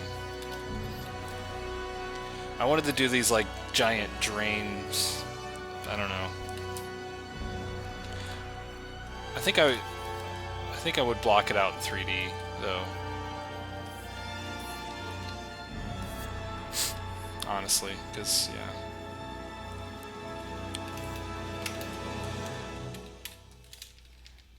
Alright.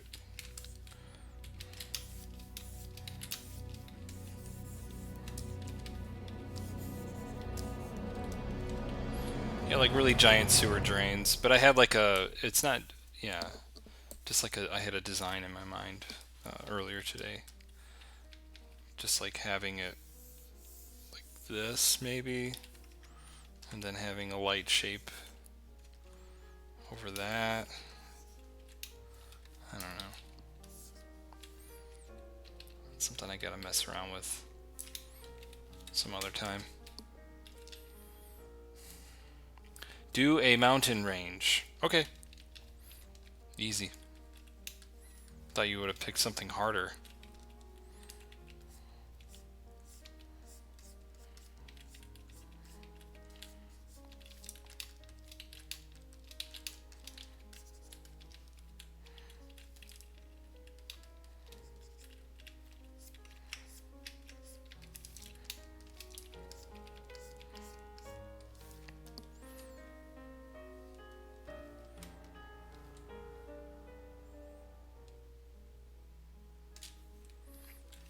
Why do most concept artists use custom shape and not just a regular brush or texture?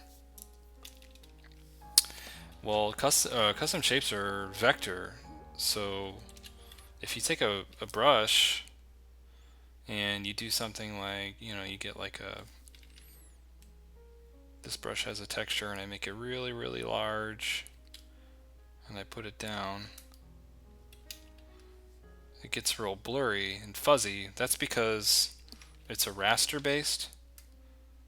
You know, brushes are raster based, and custom shapes are vector based.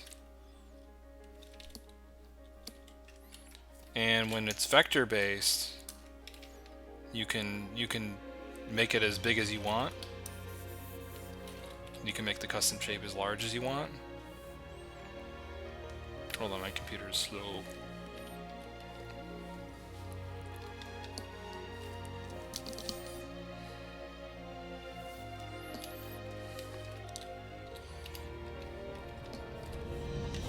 So like this custom shape here, I can make it as big as I want.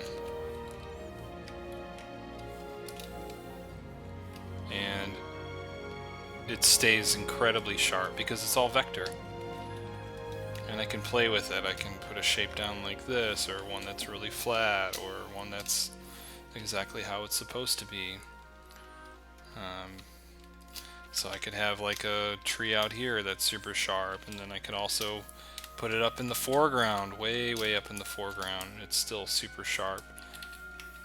That's why I like them.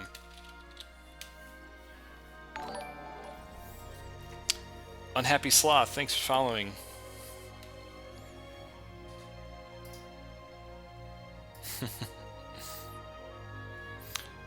Hey, you found a mountain with a giant circle cut out of it. That's kind of up my alley right now.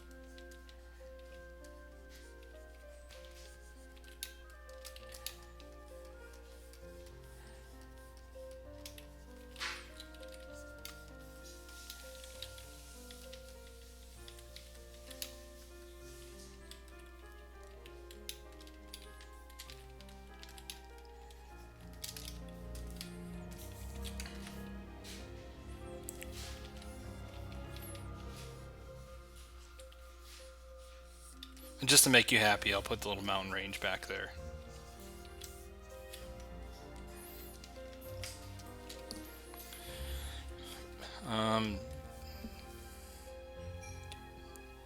Do I have to often do any tight line work for work?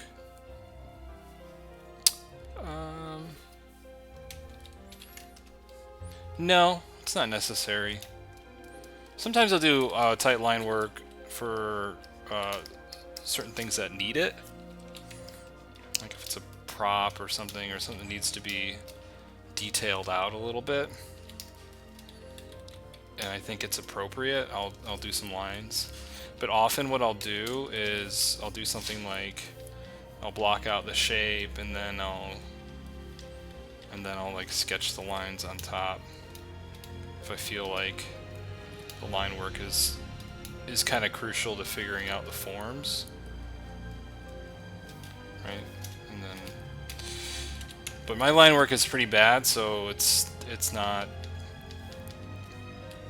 that tight. I don't really like doing tight line work.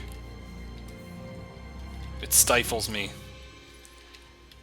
Like, for me, it's just so much faster just to, like, block out some shapes really quick than to, like, sit there and noodle with line. Because then if the line isn't, like, absolutely pretty, then I start to lose interest in whatever I was doing.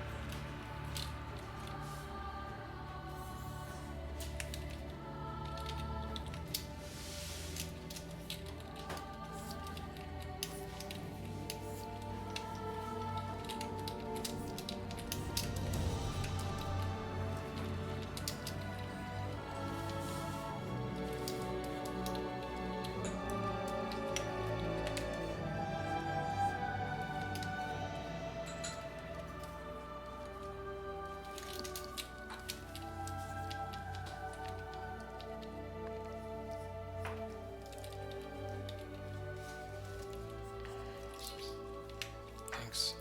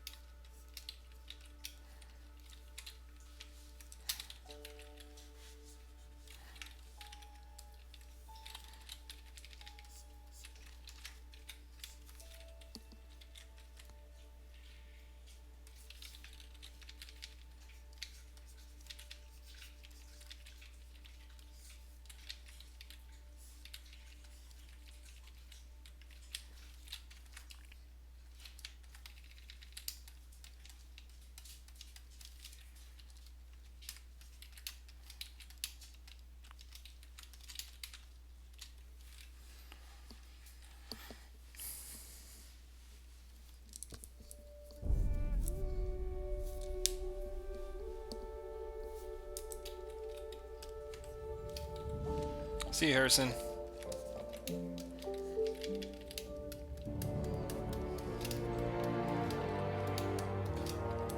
Like anti-gravity mountains. Alright, I can do that. I'm kind of starting to do that right now.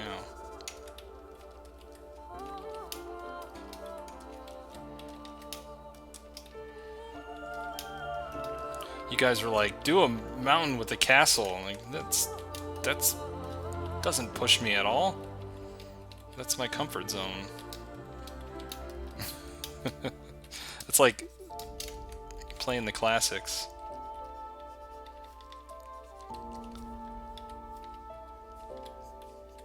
Yeah, I think it started playing the Ori soundtrack, which is cool because I like it a lot. I probably listened to it like 100,000 times. And I'm just gonna treat this like it's a graphic design. Oh, I don't know what this thing is. Die. I don't know. Don't like it. Oh, go away.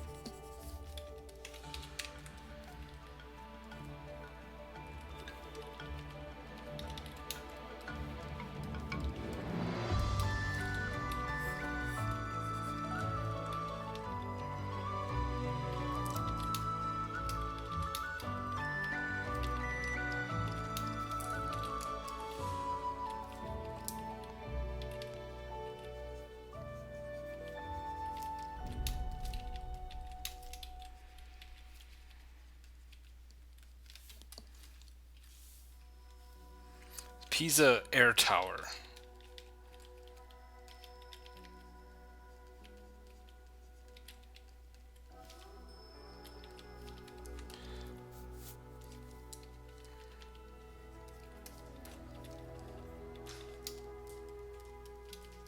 I do love this soundtrack a lot. I want them to make an Ori 2. Ori and the Blind Forest 2. That was pretty much my favorite game that year.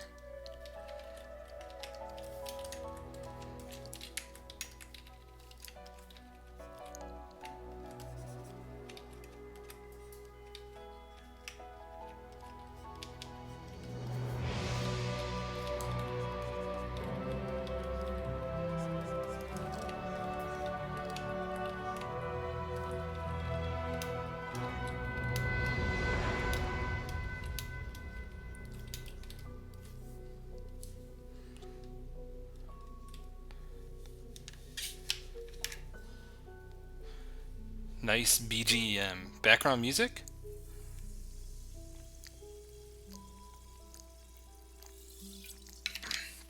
Unhappy Sloth, thank you so much. Glad you can be here. Sorry, I keep missing all these chat comments. I'm just the worst.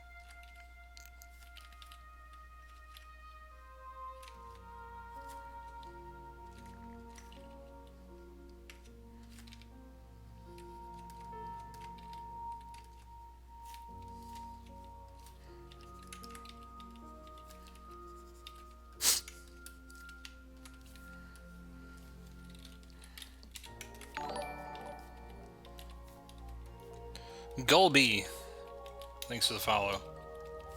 And thanks for joining in.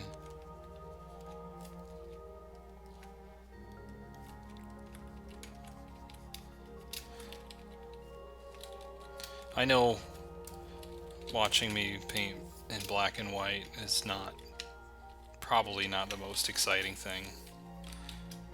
But for me, this stage is the most exciting stage. It's like anything is possible at this stage. Like I need it to be exciting here in black and white in order for me to continue working on it. It's really important.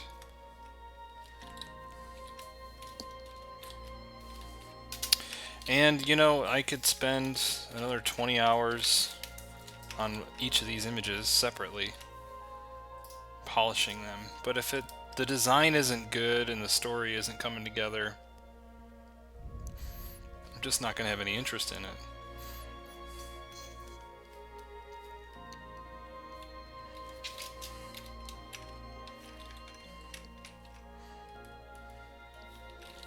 So yeah, it's very important for me.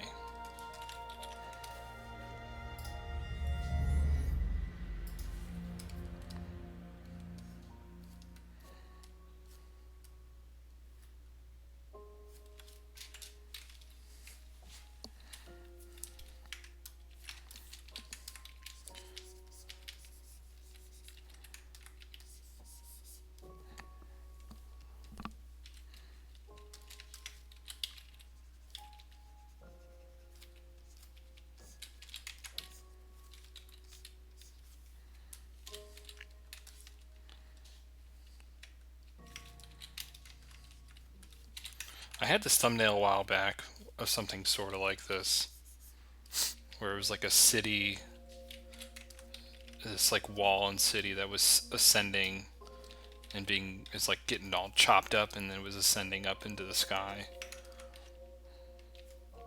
So I'm kind of thinking about that a little bit now.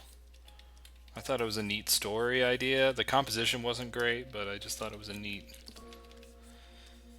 sort of setting that I could play around with.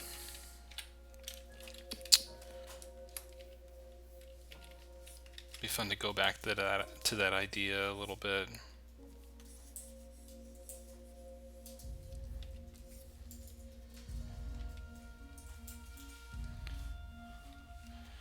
Do I know the artist Matteo Bassini? It's worth having a look.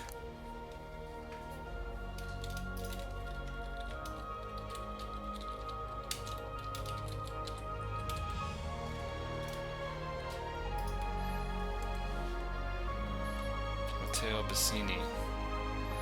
Oh yeah, some neat designs. Jaggy mountains, a lot of lasso tool, probably. Yeah. Interesting. I could see where you're getting that looking at this thumbnail right here.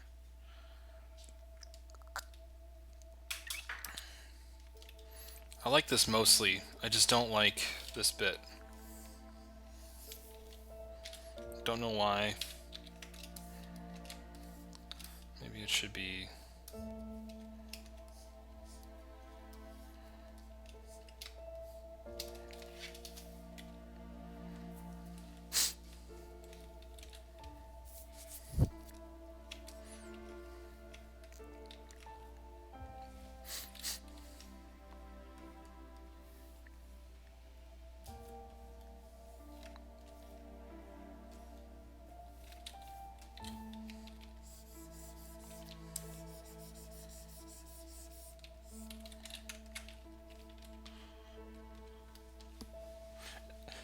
It's time for Stickman.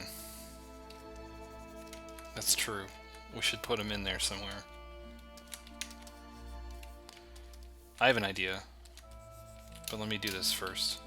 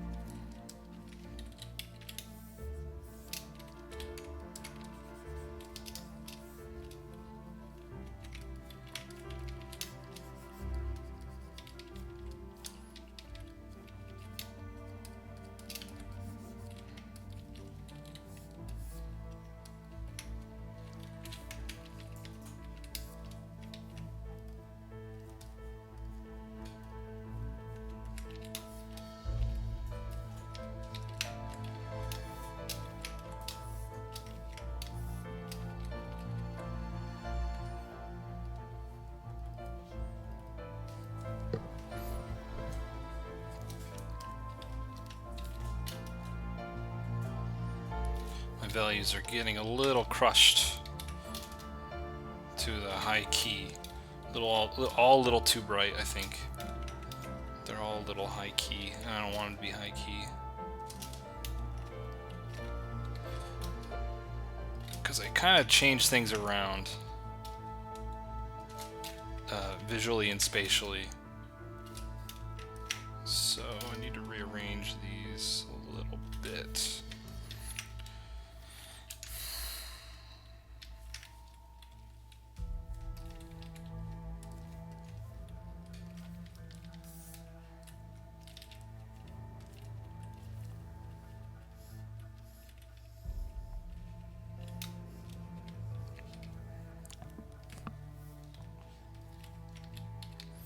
Or rather, you know what I could do?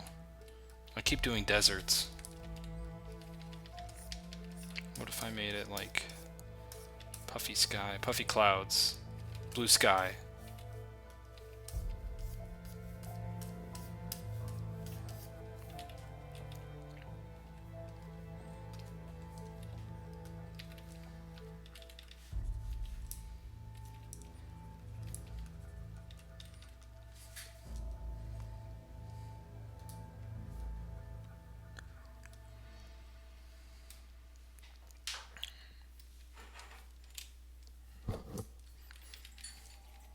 And then I'll get Stickman in there.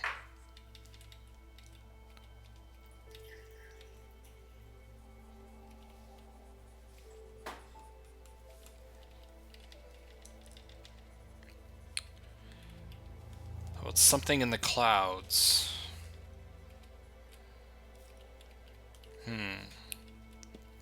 Like what?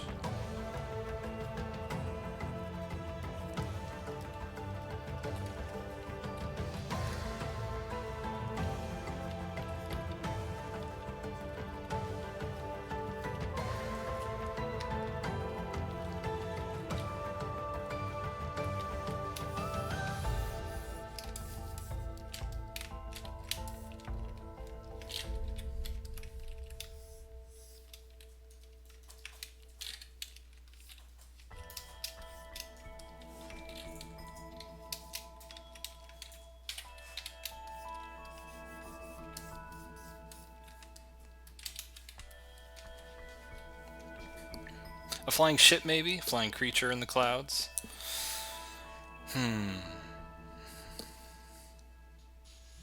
Something big enough to have a ecosystem on. Well, I think I have the subject for my painting right here. Is these structures that are ascending up.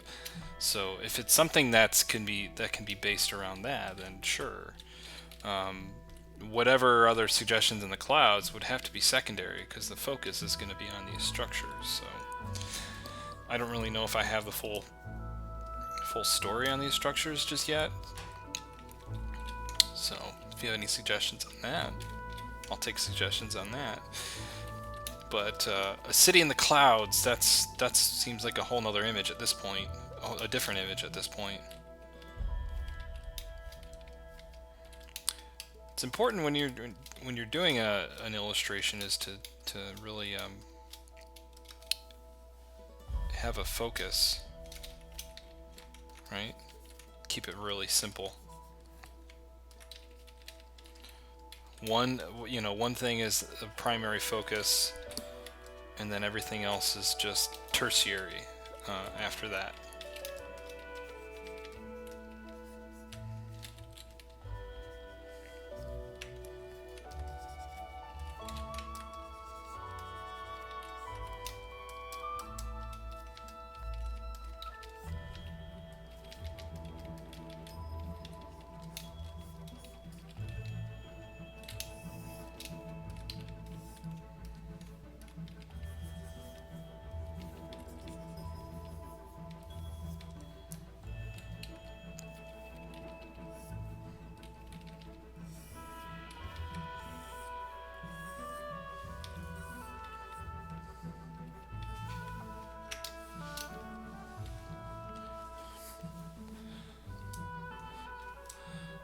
Olumbunmi. Hello, how you doing? I don't know if I said that right. I probably butchered your name.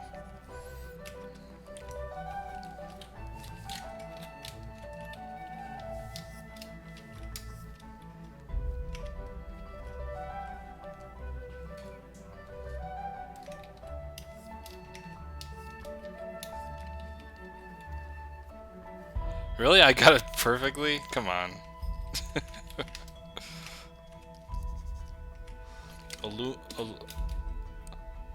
Alubunmi. Alubunmi. I gotta say it fast. Is there a shorter... Is there like a shortened way of saying that name?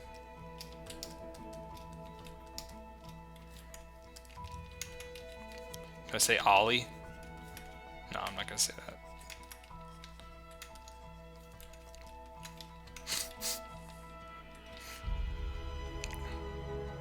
Just say it faster. You say it faster. I can't say it faster.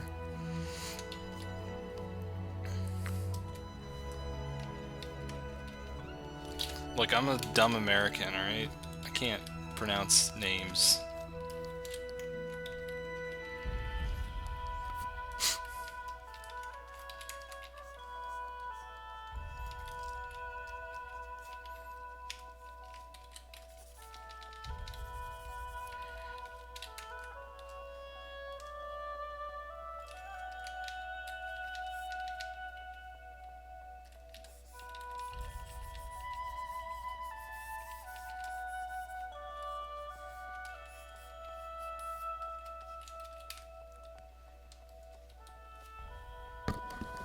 This is Ori and the Blind Forest soundtrack.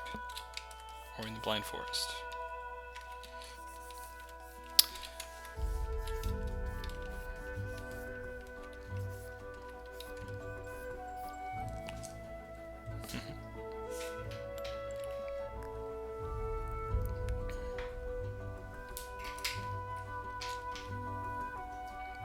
Put clouds in the clouds. Like, behind the clouds. You can hide more clouds.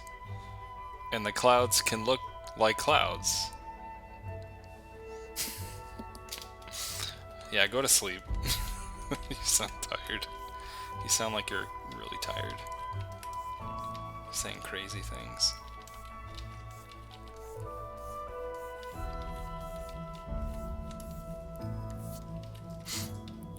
It's crazy talk.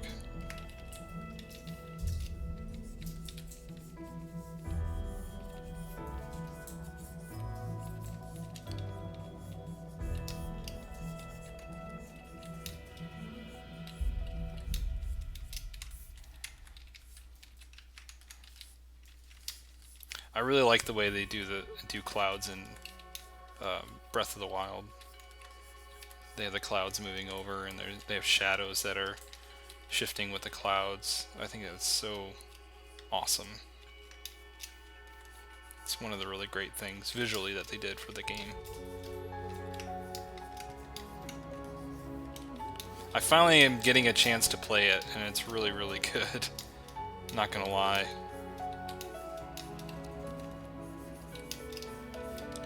It's a really great game.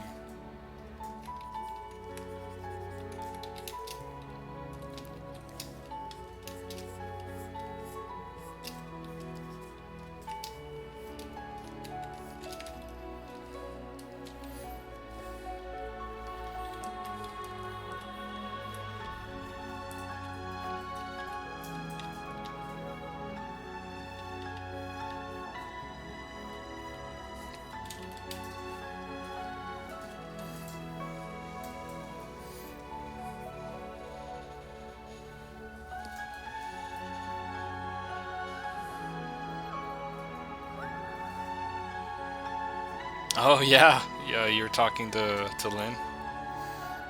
Lynn's my wife. You said you could. Yeah, I can. You can ask. Of course, you can ask questions. I have half a brain right now, so you get half a brain answers. You can make some houses in the pillars to give scale. I don't know. You don't sound very sure about that idea.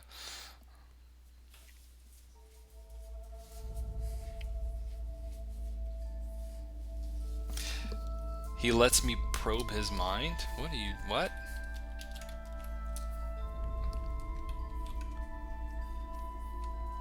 I say they should be climbable. Oh, Stickman. Yeah, I was going towards Stickman, but I got distracted. I was gonna have like a...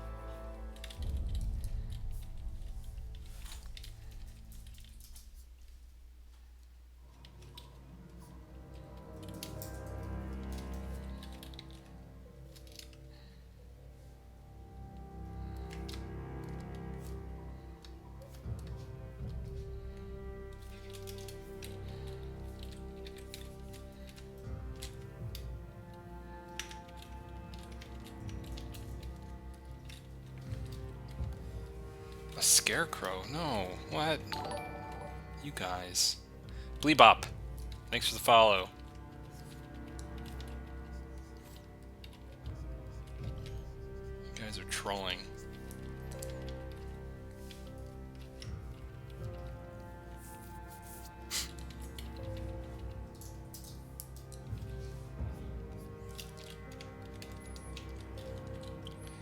He threw his stick.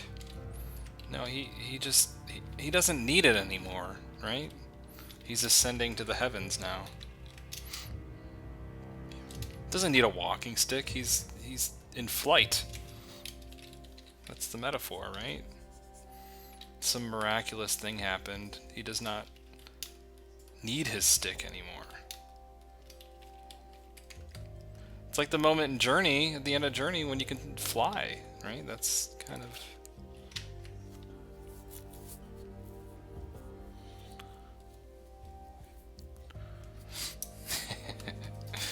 There's no wrong answers. Hey, you interpret it the way you interpret it. There, I'll make him a little higher up.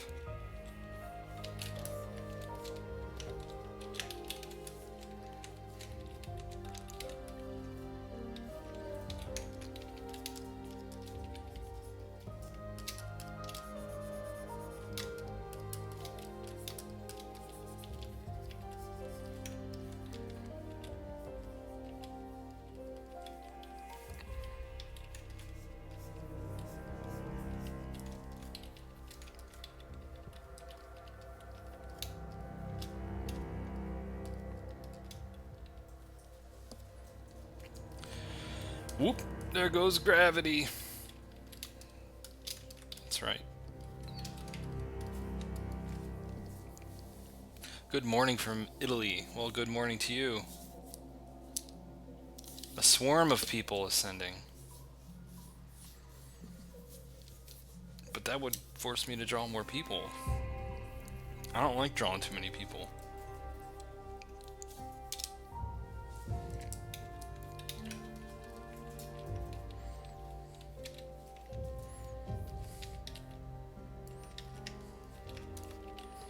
People are hard to draw. I don't want to do too much of that.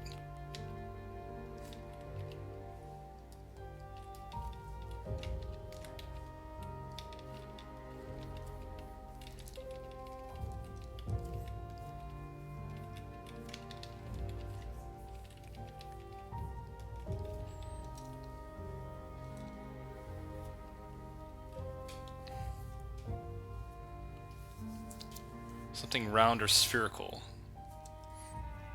to complement. Now, when it comes to shape, I would say repeating the shape. shape repetition is something that you want. What you'd want to do is, there's a lot of these kinds of I guess tangents or lines, contours. Like this is total flat right here. That's flat right here. What you would want is something to break that up, right? Maybe like another piece of something that's in front of it, that's blocking it. So what I want my clouds to do is to break that contour, that compositional contour, and move more in this direction. Because all of these pillars are going this direction, I need something to break that. Right? So maybe what I should do, and the clouds themselves are roundish. They are their own shape. But I think shape repetition is a really great thing to have in an environment, is using that same shape over and over again. Maybe even having something else like the figure. The figure could be this same shape overall, but facing the other way. So maybe what I would do is take this guy and warp him sort of to be the shape of the pillars, but like the mirror shape of the pillars in a way.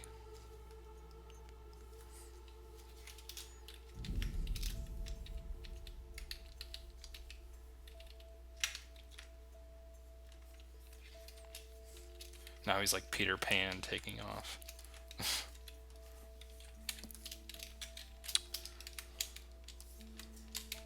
Let's try some round shapes.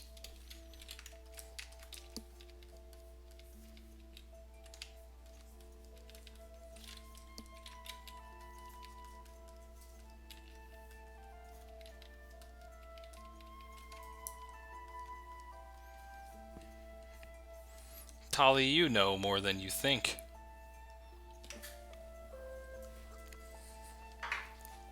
You just do what feels right, and if it doesn't feel right, you get rid of it.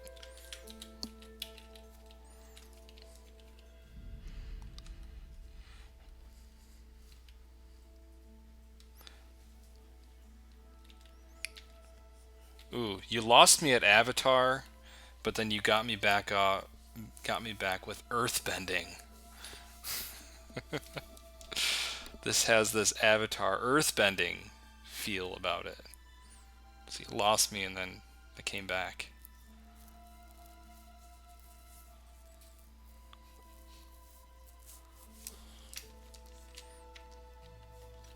Avatar, earthbending. Oh.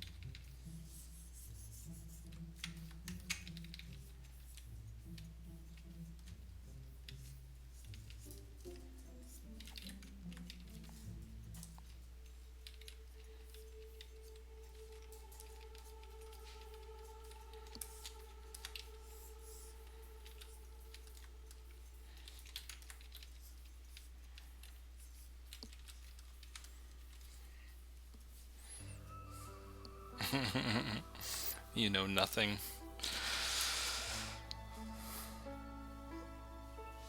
Oh. I feel like, we always know more than what we do, I feel like I know better, but I still have my own bad habits, and I still make my same mistakes. I feel like as an artist, there's this natural intuition that people have, even if they're not artists. where they can look at something and they just don't get it, or they don't read it that way, or they see something different. It doesn't make them wrong. You know, they might not be able to explain exactly why something is a certain way, but they can certainly feel it. I feel like we know more than, I should say, than what we practice. So I feel like I know more than what I practice, and you probably know more than what you practice, so...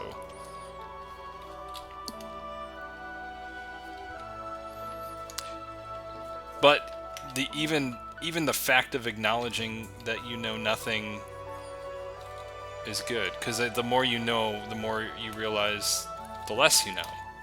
The more you realize you have a lot to learn. And that's the right attitude.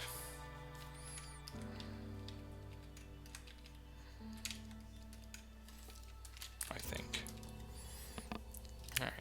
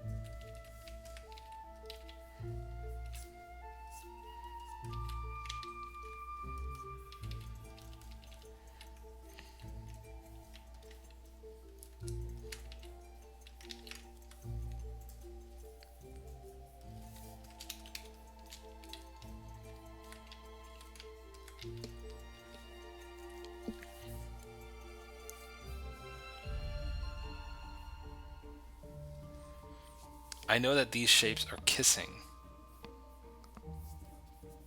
Did I read that too late?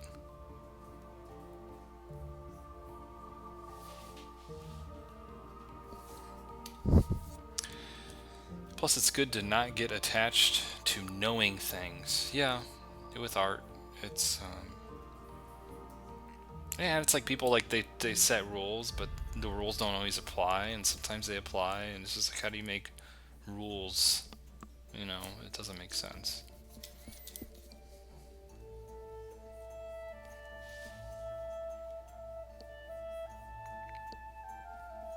The foreground rock and middle ground pillar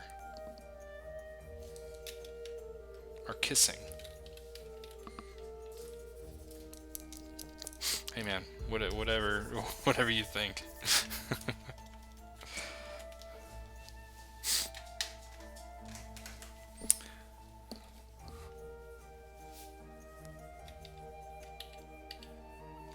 This, oh, like a tangent. That's why I was getting rid of those rocks.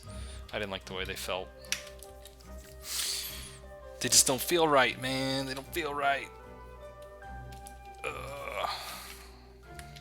I always have the urge to put something like big foreground something here, but it never feels right.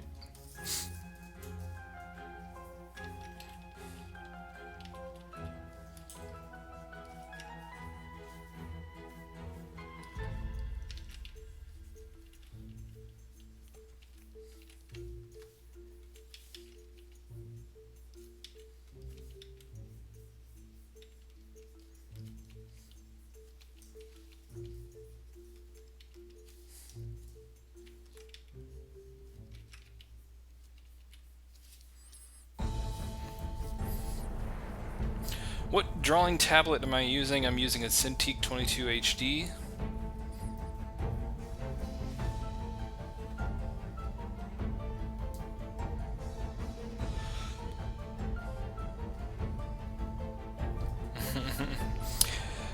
Yeah, when you look at old masters' compositions, you gotta ask yourself a lot of questions. Why do they make certain decisions in the composition?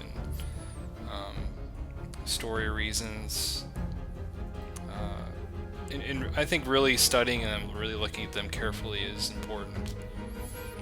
See if what they're putting on thirds and what they're not putting on thirds. How much detail are they putting in? What areas are they putting the most detail? What area of the painting are you most drawn to? What areas are they letting go? Why are they letting go of that area? You know, stuff like that. It's important to look at that. I've ever thought about doing concept art for films. A lot of the freelance work I'm doing now is for films. So, yeah. Is it something I crave for? No, not at all. I don't really care what the project is. I used to care. I don't really care anymore. I just like working with good people, and if it seems fun, if I have some freedoms, that's what I care about mostly. And if they pay me well, that's another thing.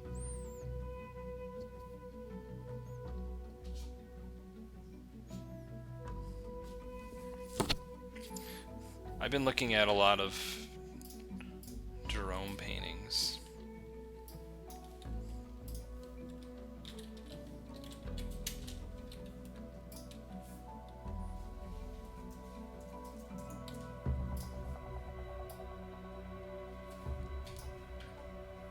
Uh-oh. What happened?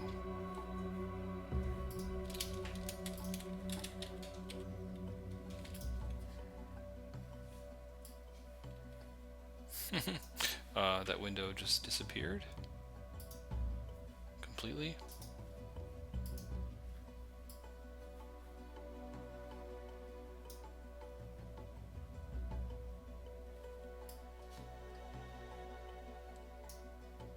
That's really strange. Okay. Let's try that again.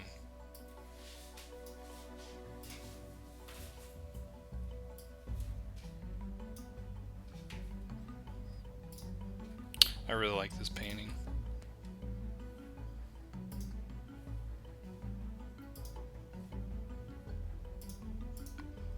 Ugh, this is not even the good one.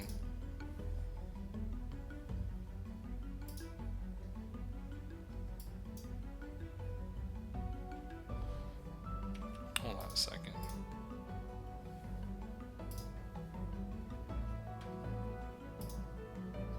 We gotta go large. We gotta go really large.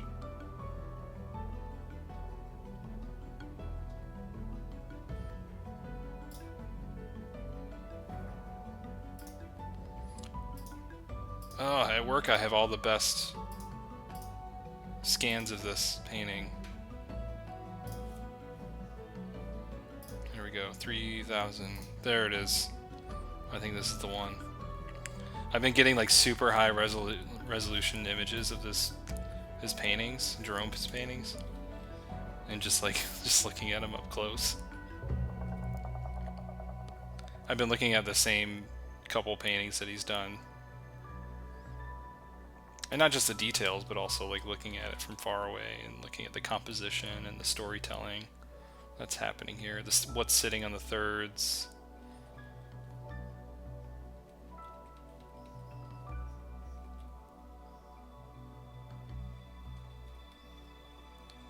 Just like letting parts of the face go, like this edge. Look at this edge, how sharp that is, how much white is in there, and then look what's back here. It's like real fuzzy, and just really let it go.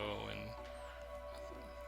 you know, there's even this edge starts really sharp, and then as it goes, it gets really fuzzy, and that's intentional. You know, it's like a camera drawing focus. He wants you to focus on certain areas of the painting, not focus on other areas.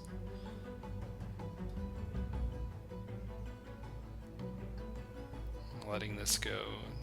And then on the opposite end, there's some really sharp stuff going on here. There's a part of the painting that I don't quite understand, which is this. There's like a horse here, but then it's got like a different color fur or something going on here. I have no idea what's happening. maybe it's some sort of fabric that they're putting on the horse, but the horse still has a mane. I'm super confused. But anyways, this painting is amazing.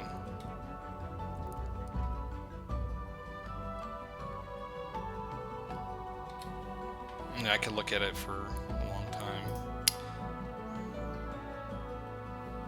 I'm gonna go find that other image. Oh, this one's really great too.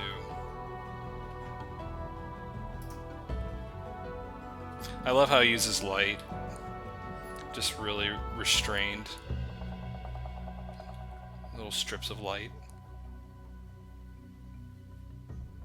But it's like, it's directional. It's drawing our eye this direction and then up the side to the crowd here.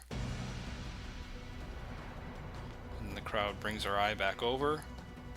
Very intentional line here. Draws our eye back down to this figure. And in a circular motion. So it's pretty neat stuff.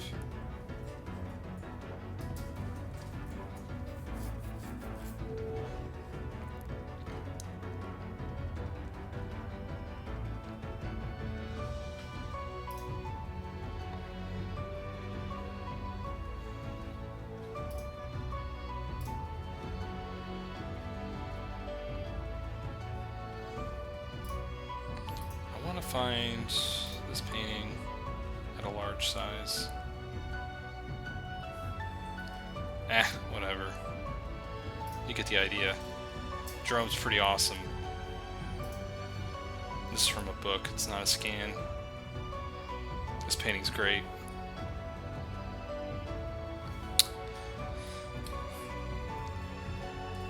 Anyways, I'm getting tired.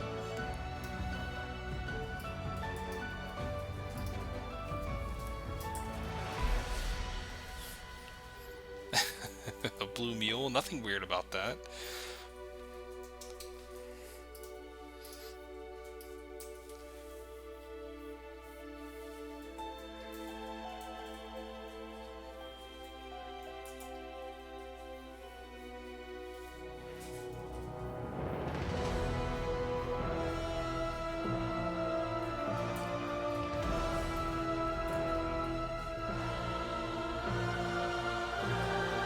Alright guys, let's recap here.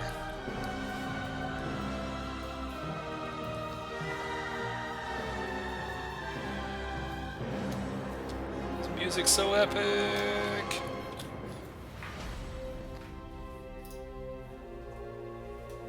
So epic. Alright.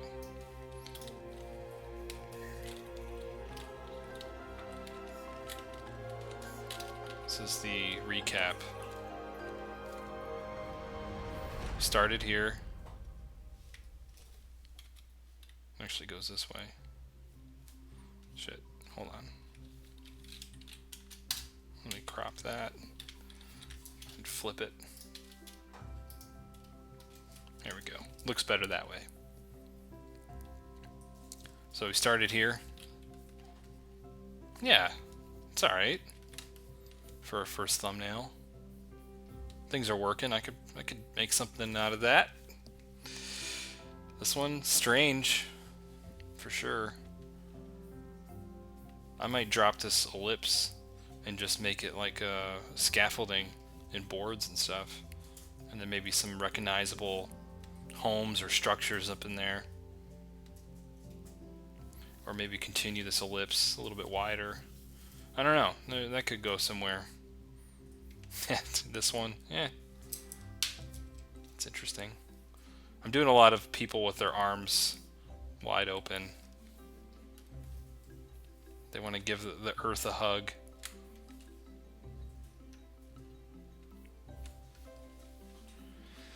It could be its own stream, me looking at Masterworks. I'd be alright with doing a whole stream looking at Masterworks. That'd be great. And there's this. We'll forget about that one. And then this. So. Yeah, maybe one of these I can continue working on on another stream, like, I don't know, like, go to color with it.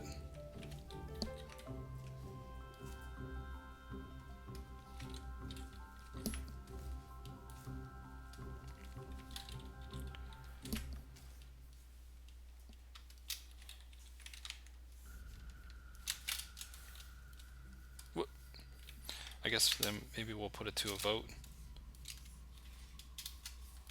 Whoa! Stop it.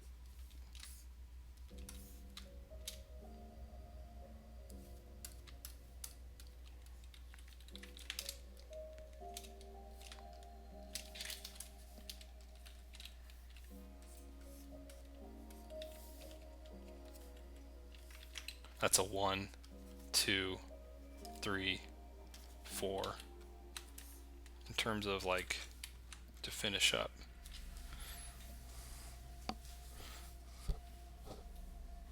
I like the flying one. Flying one would be 2.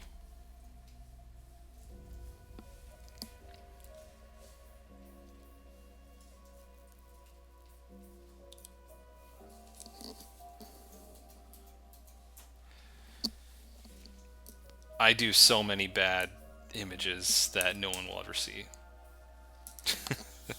That's the part of doing thumbnails, is that you can do a whole bunch of them and you don't have to show anybody any of them. This is just for you. You're getting your ideas on a page, figuring things out. 2 and 1, 4, yeah, 2, 3. Oh man, they're all over the place. Well, only. My goodness. Let's see. I gotta like track this like this.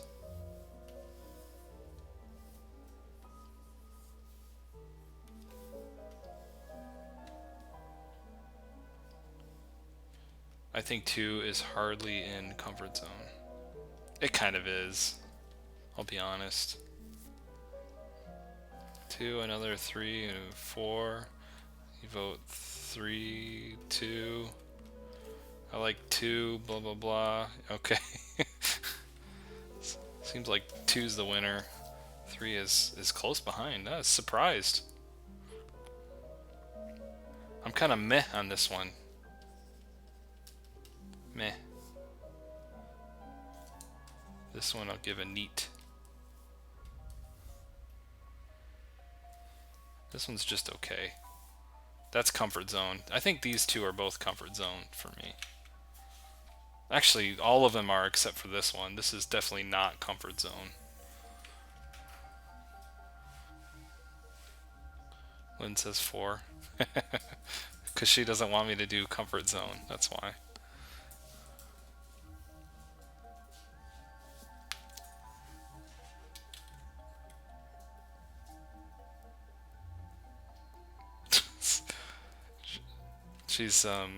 She's turning everyone to say 4 now.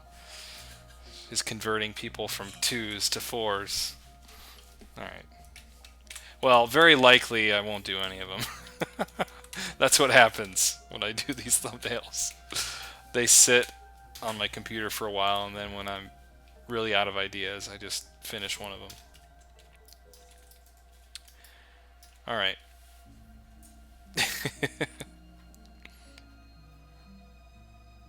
2 plus 2 equals 4. Oh, okay, I see what you mean. There's a lot of 2's, so 2 plus 2 equals 4.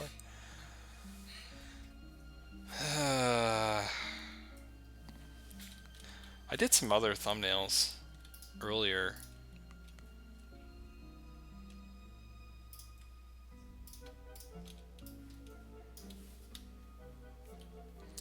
So these are some fresh from the wild thumbnails. This is what I do during work while I'm not thinking about what I'm doing at work at the moment. I do this little sketches on the side sometimes. Composition studies. These are the 2 I did at work today.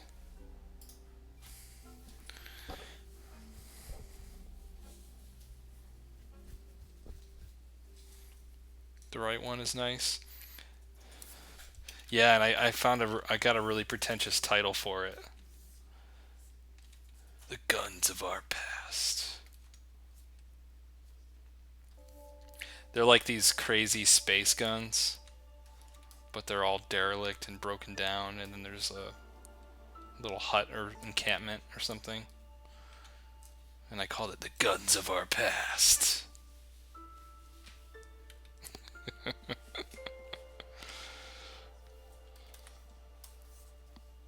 And there's this one. This one's getting a little crowded, a little busy. Um, but I like some elements of it. It's a little noisy, but yeah, could do something with that. Alright, so I got a bunch of thumbnails to play around with. I still have a bunch of older thumbnails to play around with and finish up, turn them into something, but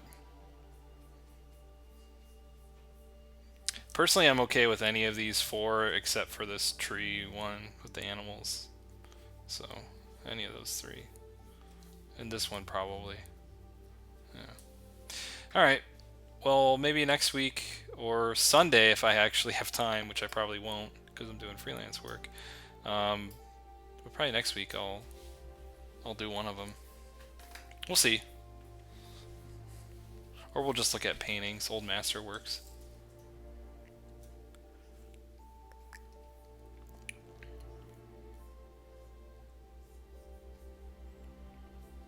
You can show your work ones. This is not for this is not for what I'm doing at work. This is just doodles that I do on the side. So it doesn't matter. I can't show my work stuff obviously, but